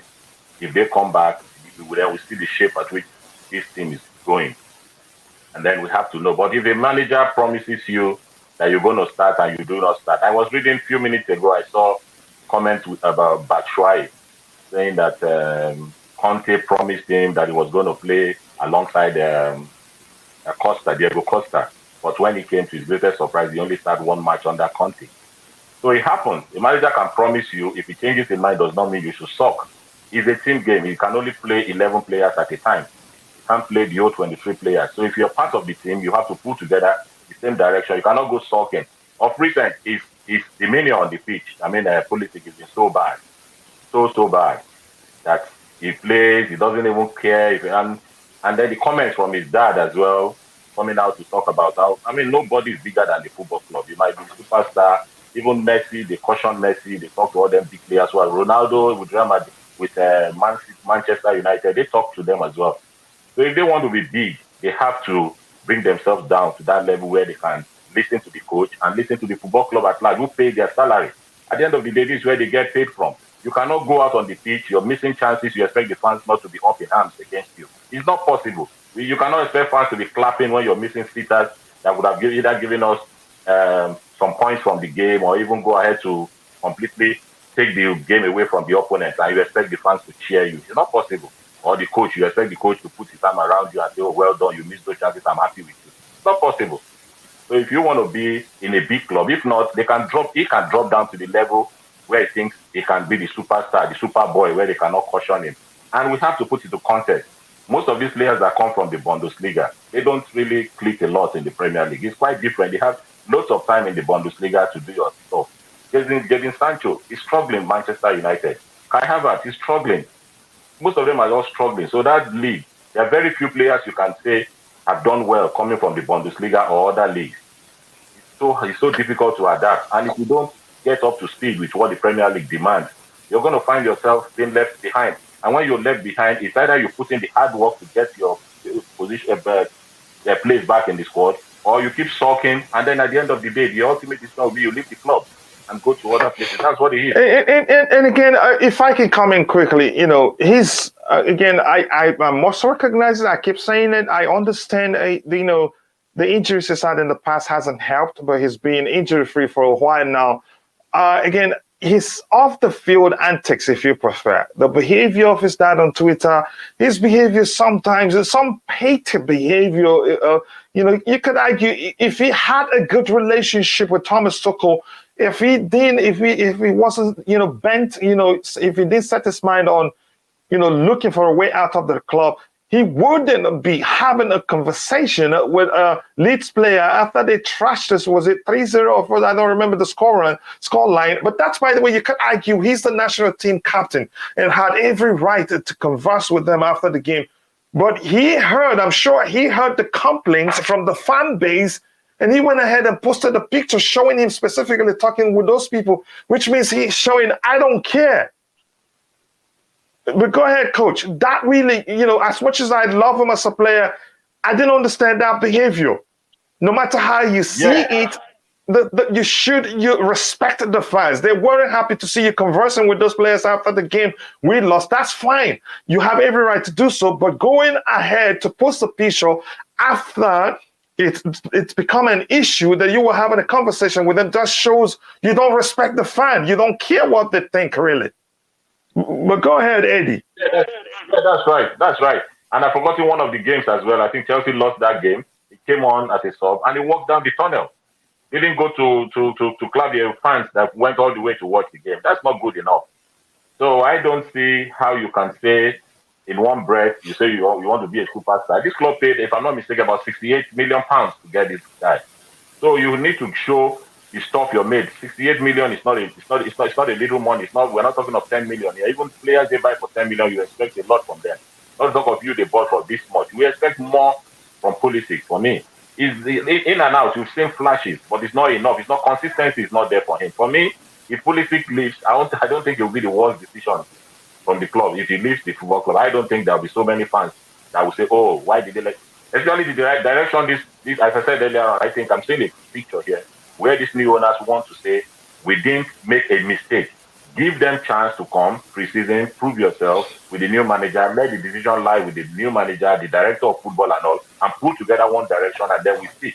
I think that's what they want to do, and then bring down the average age of this team to very, very low level, so that the boys will be like energetic and be able to do what the football club wants from them. So if he was doing very well, he would be one of the senior players in the squad. I mean, if we talk of age, we want to talk of 23. I mean, 19-year-old Bellingham is the third captain with Borussia Dortmund. So it's not about age; it's about your attitude and your maturity to show what you are in the team. And your respect to the fan base. Yeah, your respect to the fan base as well. Yeah, that's key. It really pisses me off because I like him very well again. But I don't think he handled the whole thing so well. And now he's mentioning the manager again in summer. You know, again, go ahead, Dan. You wanted to say something. Let's move from that one now quickly. With Pulisic, yeah, he lost his faith in the manager, Thomas Tuchel. He had a panic fit. He got upset because where he got benched in that game after the Real Madrid, and he said they'll play him at the Real Madrid, and he didn't play him. He lost his faith in the manager. It's what with a situation where he's written a book where he comes with Real Madrid, yeah, he had a hissy fit because this is what I'm trying to say, yeah, coach. With Pulisic, yeah, his attitude towards Thomas Tuchel, it actually stunk. Because when he got on the pitch, he didn't even try his best to show his ability to play, how good he was on the pitch. Because he didn't want to, no. That's why they wanted Thomas Tuchel. Pulisic, yeah, with Pulisic, yeah, he was such a baby. Because he wanted first team, he always said he wanted first team football at Chelsea. And he never used to get first team picked. And it always come on sub. And that's why he got so frustrated with Thomas Tuchel. And when Eddie said about the fan base and about the fans, I agree with what he said because Pulisic it's another thing with Hakim Ziyech. When I saw someone write on your chat, yeah, about when they could play Magic Touch with the best, yes, it's like February to December. It was exactly the same boat with Hakim Ziyech. They're both exactly the same. They lost faith. They lost faith in the manager, and now Thomas Tuchel's gone. Can you see actually with Pulisic doing exactly the same thing to Potter? And if it's the case with this situation, yeah, like you say, you've got 26 players on the pitch, yeah, but I don't understand how he plays. Yeah, he's a big fan of the United States, and he plays so well for his United States football team. But when it comes to Chelsea, you don't see a different style of football player when he's playing on the pitch for Chelsea. It's like, what's going on? Why could you could do it for America, but you can't do it at Chelsea for the team? There must be a kind of storyline with him and Thomas Tuchel why he didn't play at his form and at his best at Chelsea with kind of Thomas Tuchel. I think he must have lost faith in the manager, coach. Yeah, again, thank you very much for that great input. Yeah, again, I shared a link to a short I made. If you haven't, take a second to go like the short. I also 78 likes, 22 more to get it to 100. Please, let's try the best we can to get it to 100 likes. I'd really appreciate that. Thank you for all the support. I cannot thank you guys enough. Again, bench for them. Again, I'm not sure. I think I got into the middle of a conversation there. Pulisic is not again proven he deserves to start in the squad, but he's not patient, not clinical. Again, we all see things from different lenses. Again, he hasn't. You can say he hasn't performed consistently, but he's shown actually he's a big game player, if you ask me, and that's just the truth. But my concern is his behavior. Again, his you could say unprofessional displays, if you want to see it that way. I hate it when players lift their arms and gesture for passes all the time. It's quite negative. Yeah. Again, let me see what else. If there's anything to address here, I'm just gonna move on to the very bottom. Let's bring to this conversation again. If the question is why are we talking about Thomas Tuchel, we have to talk about him because Julian Nagelsmann, the current Bayern coach, there's a chance he loses. He gets sacked. And if he gets sacked, the next possible manager for Bayern will be Thomas Tuchel. He's the only, you could say, most notable big name coach out there that's available. Zidane isn't available. And he's a German too. And he approaches the game the way they prefer to. They're usually not used to, again, and let me just say, overall, if he takes over Bayern, there's a chance he comes over Kai Havertz. Now, why do I think Bayern will sack Julian Nagelsmann? They will sack him eventually if results continue going down south, because they have a clause, which means if they trigger that clause, maybe they agree to losing certain amount of game, would fire you without paying you this much money, or paying you only 50% of the payoff and all that. There's a chance that's the case. And Kai Havertz is a player I do not want us to lose. Unfortunately, he's one of those players that the Chelsea fan base judge without factoring into their judgment and the player's age, and again who he is, his profile as a player. And again, I don't know how else to phrase it. Is that player you don't understand, what he does until you take him off, until maybe he's not playing. He's that type of a player. Maybe it takes somebody who's really into football to understand what he brings. So I'm really concerned if Thomas Tuchel takes over Bayern, he will come for this man right here. Again, your thoughts are, let me start with you, AD. What do you think? And do you value Kai Havertz? To me, I think he's that in a category of players that includes John Mikel, and maybe I pay attention to most Nigerian players more than usual. And you could say Kanu Nwankwo, you don't know what they offer to the team until you take them off. So I want to get your thoughts on this situation right here, because it's looking like it's going to happen. Thanks, Koshi. Kai Havertz is a kind of player that splits opinion, to be honest. It's for me. It splits opinion. I don't know. Because we don't really know the actual position. He's been played like a false nine. He's played off the wing. I don't really know exactly where to say is his best position in the team. So maybe that's what is affecting him, or maybe now he's getting to see the pace of the Premier League. The Premier League is tougher than what he expected. They don't give you time on the ball. And now since the start of this season now, he's been kicking out, giving out when he's tackled. And his behavior as well is kind of going that similar way of Ziyech and even Pulisic. You could argue he's adapted to the physical aspect of the Premier League, but go ahead. Yeah, but at the same time, he's adapted to it, but he keeps kicking out, complaining about when he's pushed, when he's tackled, and all, which is normal. But sometimes when you overdo it, the opponents, they see that, and then they always want to use that against you to make sure maybe you get sent off or you get a card or something like that. And then he actually affects his play. When he gets carded or when we're losing, he doesn't seem to want to put himself right anymore. There's something not right with him anyway. This is that I've noticed anyway. That is my own personal opinion about him. So he's in that category again of, for me personally, I'm speaking from my own point of view. If Kai Havertz ends up going and we get a better replacement, you see the team needs, there's kind of energy that I like in kind of style of players. And it has to be consistent. At least 8 out of 10 times, 7 out of 10 times, you have to give your all on the pitch. There are certain players you can pick in that category. Look at Sadio Mane. Sadio Mane is playing. You hardly find a game where you don't see him giving his all. So he's the kind of players, there are some other players you can mention giving everything. Mason Mount, even though we can criticize Mason Mount, the work rate is always there, even though it's not always that kind of player, but he always shows that work rate consistently. Kai Havertz is always there, is also there, but kind of drifting towards complaining now, kicking out. There's something not right. Maybe it was the manager. We have to see with this new manager coming in. Maybe there was something against Tuchel, but Tuchel loves him anyway because he kept playing him. But I wouldn't say it was Tuchel. So maybe there's something we don't know. But for me, that's my own observation. Anyway, I don't know if other people will agree or not. I think there's something not right with Kai Havertz.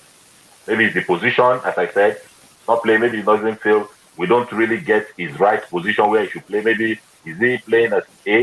Is his position best as 8? Is he best as a 10? Is he? Obviously, for me, it's not an out-and-out striker.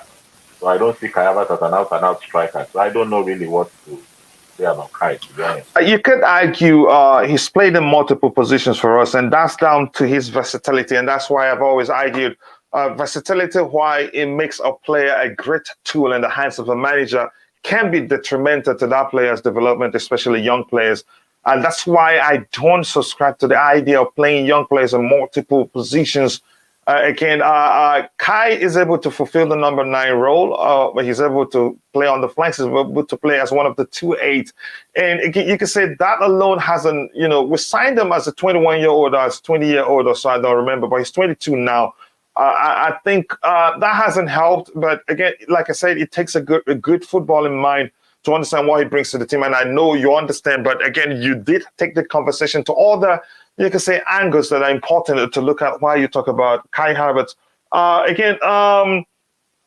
going to come to you, Roger. Your thoughts, again, on the situation of Kai Havertz and the possibility of him joining Bayern. Is he a player you would want us to keep, or do you think we should just let him go if Thomas Tuchel eventually becomes if Julian Nagelsmann, let's start from where he should, that is what may lead to that. If Nagelsmann loses his job, Thomas Tuchel takes over Bayern and wants Kai Havertz again, and we've seen something that showed Bayern, they wanted to come for him this transfer window, but because they see how much Thomas Tuchel trusts him and often plays him, even when you could argue he isn't playing well, they knew it'd be a difficult task. So probably they may well come back to him if they see that Potter don't trust him. But what Potter did in this game he played in his first game showed, I think he sees something in him that he likes and probably thinks he can do with them. So your thoughts, Roger? Yes, I thought Eddie brought up some very valid and interesting points and observations. I fear that Bayern will fire Nagelsmann and hire Thomas. That will be my worst fear, because I think he's a world-class coach. And when I say that, I'm talking top 5, top 6, easily. I think he's that good. I know they've lost Lewandowski, and that's a big blow. And I think that's a reflection on how great of a player Lewandowski is. I mean, I remember talking to my cousin 3 years ago that I wanted Chelsea to get him, and my cousin was saying, I think he's over the hill. And I was kind of concurring with him. And boy, a little bit wrong there. But I think that if Thomas is appointed in that position for Bayern, I think he will come after. Why not? I think when I say super team, super club, I'm talking about the Real Madrids, the Barcelonas, the Bayerns. I think that he would start in most of those super clubs, or at least play a significant role. I think he's a very pivotal player for Chelsea. He is very diverse. He's very technical. He's good in the air. Maybe we haven't brought out the best of him, In Germany, he's seen as the next Messiah. He really is. He's considered, he's put up there on a pedestal. He's considered their future player that will take them to a World Cup. He's that good. I mean, Germany's got a history that you must respect. I'm trying to think of the German journalist. He's on ESPN a lot and BT a lot, but he rates him exceptionally high, and so do I. Do I get frustrated watching him? Sure, to a certain extent, but I think you can say that across the board for many of the Chelsea forwards currently. For the last year and a half. So I don't think it's solely, exclusively him per se. So again, are you still there, Roger? Again, if you're watching, I think I'm going to go to bring Bobby in sorry, while I'm wait. here. I'm here. Sorry, I don't know whether the mute button got hit. I don't know where I'm not sure. I just looked. I'm not sure how far you heard me, but I believe that he will start for us, and I think it will be a big loss if we lose him. I think he's that much of an integral player for us. Again, I hope he doesn't leave. He's still again. You can say he's still young. Yes, again, maybe. Would you call him, Coach? Go ahead. Would you, or the whole panel? Would you say he's world class? I think so. I think he is. He hasn't shown that that he's world class at Chelsea. We see flashes of his abilities.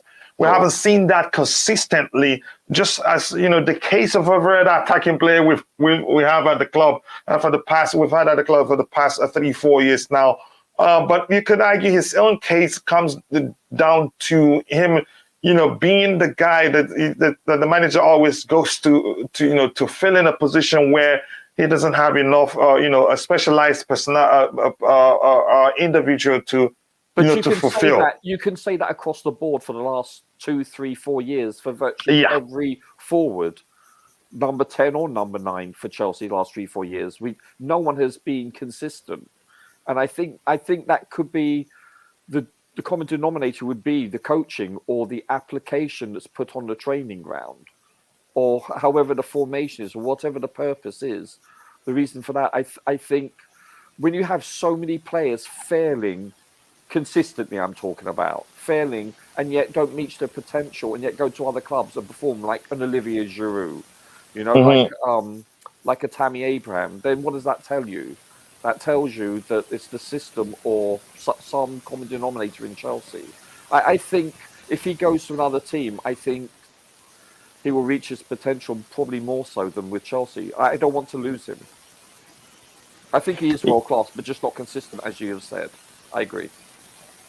Yeah, again, I am with you on that one. He needs a time again, but again, he needs to start showing what he's capable of doing. Hopefully, Graham Potter, we use him in a way we'd see the best of the player. Hopefully, he's still, he's not looking to leave the club, given that Timo Werner has left and the manager who loves him so much has also left. I'm concerned that the whole team may happen in a manner that Thomas Tuchel could decide to come with him. Bobby, let me bring you in on this one. Your thoughts?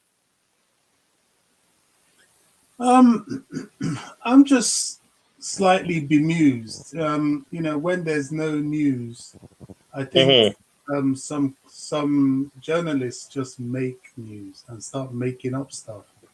I don't know where to place this. I mean, where does the issue arise? We talk about players leaving when they don't play, and now we're talking about a player leaving that has been playing all along, even when he's not on form. I don't think it's a relevant issue, to be honest, because he also has I think about 3 years left of contract. People are saying, no, Tuchel liked him, and that he wasn't brought in by Tuchel. If anything, he came in with by Lampard. So I don't really buy this yet. I don't think it's any sort of issue yet. I don't think he has any reason to be unhappy, unless he particularly wants to go to Bayern Munich, which, if he did, well, he had every opportunity to do that before going to Chelsea, but then he chose to come to Chelsea. So I don't know. I think this is news being created rather than news that actually has any sort of foundation or mileage. I concur that he is a talent. He does have some deficiencies. He needs to learn to be more clinical. But I'm more inclined to believe that it's because during, I think, some of the Lampard era and all the Tuchel era, that there was no proper rehearsed attacking strategy. Man City, you can see that a lot of their attacking strategy to this day is rehearsed. Even the way they find Haaland, it's rehearsed. You could argue, okay, they've got the midfield players to do that, but there's still a rehearsed attack, whereas we don't. We just put people up there and anything goes.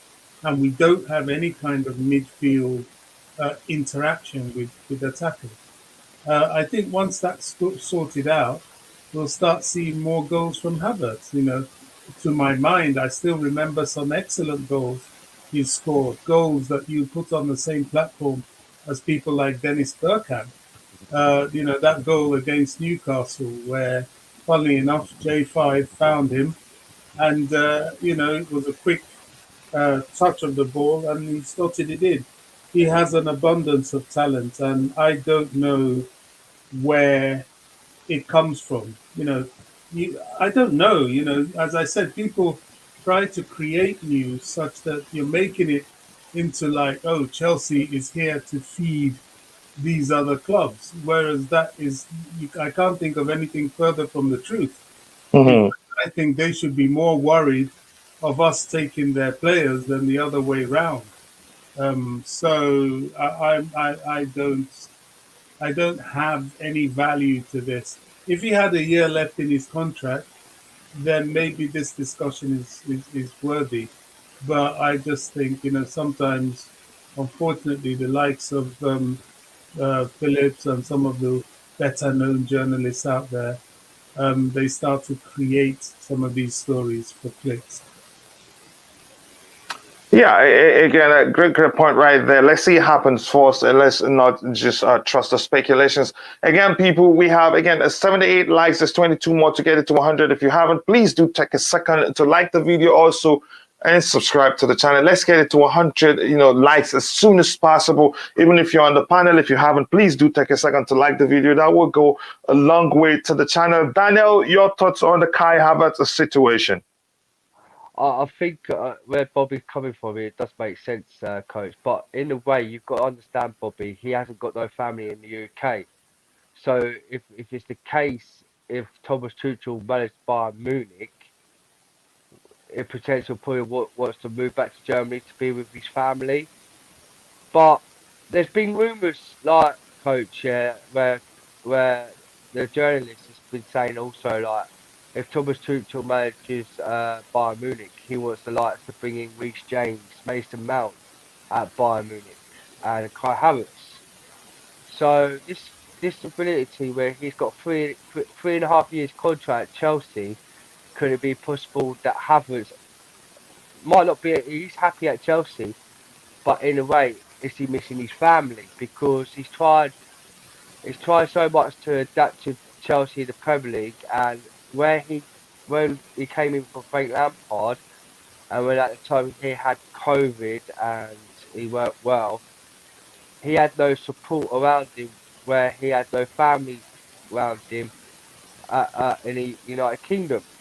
So this could be a possibility for him to have a chance to move to Bayern Munich so he could be with his family. But it would be a shame loss to lose a guy like Havertz at Chelsea, where he's had like a bad experience, but last season he was really good. But now Potter is seeing Havertz's potential, and where he came onto the Chelsea, he had an interview with a Sky Sports meeting, and asking loads of questions about Havertz, how happy he's at Chelsea, what's your moving, how come, like, do you miss your family? And he came up saying, yes, I'm really happy we've got a new coach. Havertz said, I'm happy we've got how the staff he wants to bring in at Chelsea, Potter with all the staff. Yes, I do miss my mum and I miss my dad and my family in Germany. I wish they could be in England. He's pulled out his heart about things about Chelsea, and even the press asked him one simple question about him moving back to Germany if he had time, if any club in Germany will have him back, and he said if the offer comes, like, in my way, in especially I'm with Chelsea for a minute, but if an offer did come to Germany, he would move back for his family. But this situation with Havertz, yeah, it's like what Bobby said. It's all fake news, and I don't see him leaving Chelsea till end of the contract. So, well, it's a here go. We have to wait and see next summer if Bayern Munich does want him for Thomas Tuchel. But I reckon he'll stay at Chelsea if the way he said he likes the Potter style, where it's like when Potter met all the players on the pitch and saying this is the style we play, and how Havertz liked it. Like, he's actually spoke about the style what Potter's doing. So in case if comes to agreement, if he's not happy at Chelsea and he wants to be with his family, will he go? We just don't know. We don't know the situation. Havertz is happy at Chelsea. He said he's happy at Chelsea, but he ain't got family living in the UK, so would he want to go back to Germany to play with Germany football to be back with his family? We just don't know the situation. So it's hard. But hopefully, he would be missed. I hope with fingers crossed he stays at Chelsea under Potter, and hope he likes the style of what Potter's doing at Chelsea. So it's just one of these situations. So, but like if Thomas Tuchel does the manager, yeah, what it's like we're going to talk about Reece James and Mason Mount. If they'll go to Germany to play for Bayern Munich under Thomas Tuchel, can you see them leaving? It's just it's one of these situations like what Bobby said. It's just a rumor where like the press has just like got nothing to say about these matters and putting up fake news about Bayern Munich interested in Kai Havertz. It's just a storyline tale where where they're getting bored and they're making things up along with the press. So we'll just have to wait and see on it when the summer comes. So. Yeah. Again, thank you for that contribution. Anybody else want to say anything about that? Something else I want to quickly bring up here again, so that I think this one will most likely make Bobby happy. Just 1 second. Let me see if I can find it. Okay, there you go.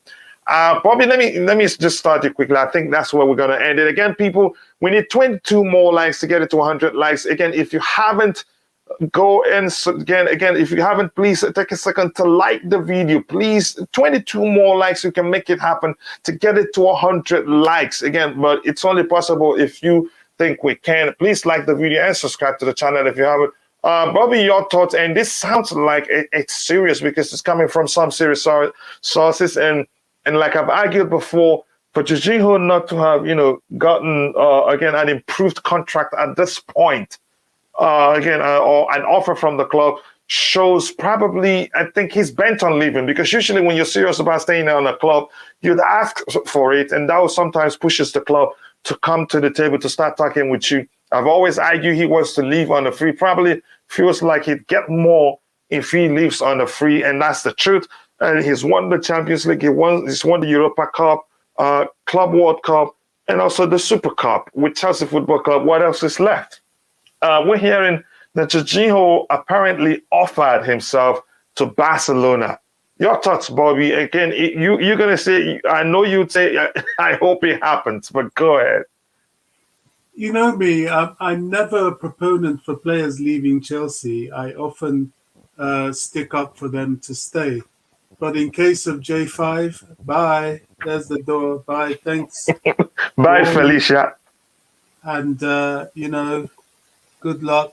If you're short of a few bob or two, I'll even pay your taxi fare to the airport.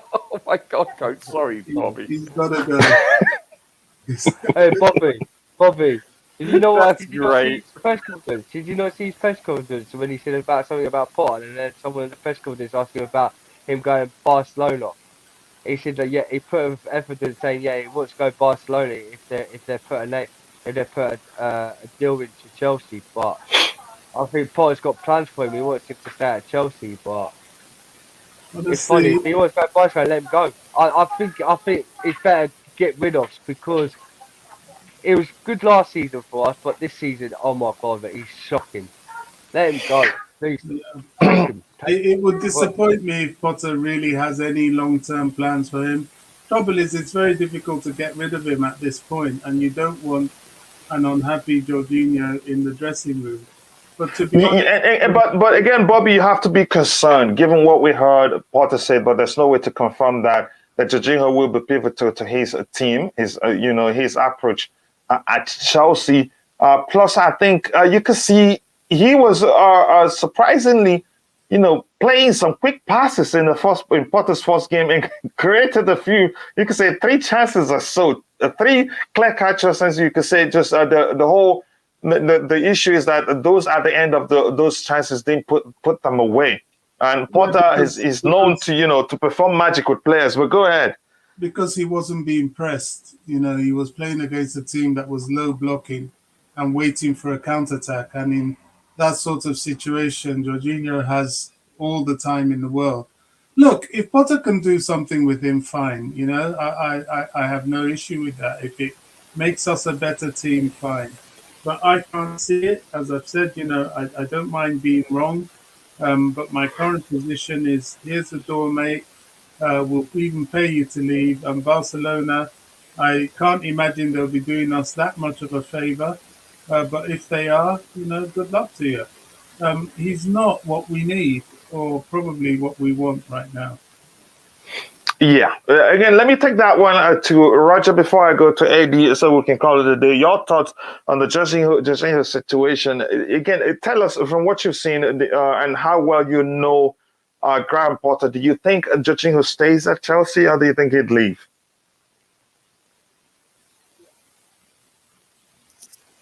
Roger, you there? It looks like we're not hearing you. Yeah. Can you hear me? Yeah, go ahead. Go ahead. Can you hear me? Yeah, no. Yeah, we can hear you. Go ahead, yeah. To answer that question, I think it all depends on if we have a healthy Kante and he can be reliably healthy. In other words, utilized correctly. I think if this shows to be the case, I think this means that Jorginho is expendable. Because I think because of the up and young coming players, I think he will eventually be replaced. And unless all of a sudden, listen, it's hard to answer that question until I've seen at least 10 Premier League games with him. Under Potter, I'm talking about. Because J5 may be used completely differently. They may instill into him, listen, we need you to be a 1 or 2 touch player where you pass forward, where you're a more creative player instead of possession based. And if that's the case, then maybe we will see a more dynamic side of J5. Bite your tongue, Bobby, I know, that we haven't seen since. Having said that, if he continues to play in the style in which we were accustomed to, I cannot see why we would want to extend his contract. I cannot see that. But it doesn't look like it's going to happen. But then again, if Potter thinks he'll be important to him, like we've heard, he said there's no way to confirm if that's the truth. But go ahead. But then again, I don't think he's been worthy to start for the last 3 managers, and he has consistently, when healthy. So it's so hard to say. It's right now he's an enigma, just like virtually every player, from the goalkeeper all the way to the forward, because we don't know what Potter's going to do. We don't even know his predominant formation. I mean, we're only going based on what he's done historically. That may not be the case going forward. So we'd have to see what Potter has in store for us, both in formation and in player-wise, Maybe he rotates a lot of players consistently. Maybe he doesn't. Maybe he sticks to his first starting 11 for certain tournaments and certain league games. Who knows? Based on what I know of him, I just can't see his contract being extended. I really can't, but I've been proven wrong before. Yeah, you never know. And like you said, 3 managers of which were thought maybe it's over for him. 2, let's just be honest, and he stayed on. But again, I get your point is clear there. Eddie, your thoughts on Jorginho? Yes, I agree with Rogers and Bobby as well. As I said earlier, it's going to be down to the manager at the end of the day, what they want. But I concur, I agree totally with Rogers. I really don't see extension of contract for Jorginho. I'll be surprised though, but we never can tell. Depending on we're yet to understand the kind of manager Potter is. We'll see a very clear picture of what he is and what he likes. We cannot just suppose what happened with Brighton to Chelsea. Chelsea is the target for Chelsea is different from Brighton. So the players and the caliber of players that he will be working with is quite different from so we cannot use the yardstick of him being with Brighton to say this is exactly what he was going to replicate with Chelsea. So on that basis, we're going to look at the players that will come in the summer. Like I said, we're going to be shocked. These new owners will shock us a lot. There will be so many departures in the squad, and there will be some incomings as well. If you read it recently, I was reading about them not being happy about missing out on Chouameni, and then there is this link with what a huge miss that has proven to be. Yeah, that's correct. Yeah, so they are not happy about missing out on Chouameni, and they're in as well for Bellingham, and they're talking about other midfielders as well. So there'll be a lot of revamp in that midfield area and the whole squad as a whole. So we're going to see a different squad in the summer. So from the next winter transfer with January window up until the summer, the preseason and all, we're going to see what this squad will look like. Like I said earlier, I still allude to that, and I still agree strongly that the squad would depend, because I think they will back this manager 100%. They're going to back Potter 100% to make sure and help him to succeed. So whatever it is, as long as they get the director of football in place and other things, they'll all put together in one direction and then shape this squad. So we'll be surprised. So many departments will happen in this squad. So many. I will be surprised, but there will be a lot of incoming. I'm pretty sure of that. So Jorginho wanting to go to Barcelona, wanting to leave. I mean, they have the power. Since the Bosman ruling came in, you've got the power. They can move for free and get a lot of money. So they all want to make sure they go on a free. It's better for them to go on a free. So extension of contract for him, I really don't see it happening, as far as I'm concerned anyway. Yeah, again, as far as you're concerned, again, my thinking is also the same. I don't see why, again, we should be looking to extend his contract or stay at Chelsea, except if the manager thinks, again, he's pivotal to his success. He will be pivotal to whatever he's able to achieve at Chelsea, or maybe start a life as Chelsea manager that we don't know. I hope he leaves, and I think he's bent on leaving. Because no matter what we offer him, he'd get more if he leaves on the free. And it's probably if in fact he offered his his services to Barcelona, that shows really he's already making plans to leave. Again, but that's, by the way, again, I want to say thank you to everybody on the panel that's found a time to join the show. Again, you can see their Twitter handles here. I'm not sure they're all using their Twitter handles today. Again, follow. Why is it not showing? Oh, I have to do something here. Just give me 1 second and let me see. Bobby, were you saying something? Sorry. Oh, okay. Again, I'll follow Charles Dan. I was going to quickly say something about Jorginho. Yeah, go ahead. We don't have too much time. Go ahead. Well, I agree with what I think. If I was just to say, if Jorginho plays well with like Potter. Mm-hmm. Oh, okay. Bobby, were you going to say something else? Okay. No, I wasn't. Okay, all right. Thank you very much. Thank you to Bobby. Thank you to Dan, and thank you to Roger. Again, a lot of them are not using their Twitter handles, but again, if you ask me where is the Twitter handle for any of those on the panel, I will send it to you. Some of them need to approve you before you become a connection with them. So I want to say thank you to them for finding the time to join this particular show. It's been a brilliant and constructive discussion, and I can't thank everybody enough from all the mods in the chat. Just quickly, I'm in a hurry to leave today. I can't start going by names one by one. I cannot thank you guys enough. I appreciate you finding time to join to help keep the house clean. Again, Liam Lane left earlier. I know he has some personal stuff to take care of. Again, I cannot thank you guys enough. See you guys next time. Cheers. Cheers.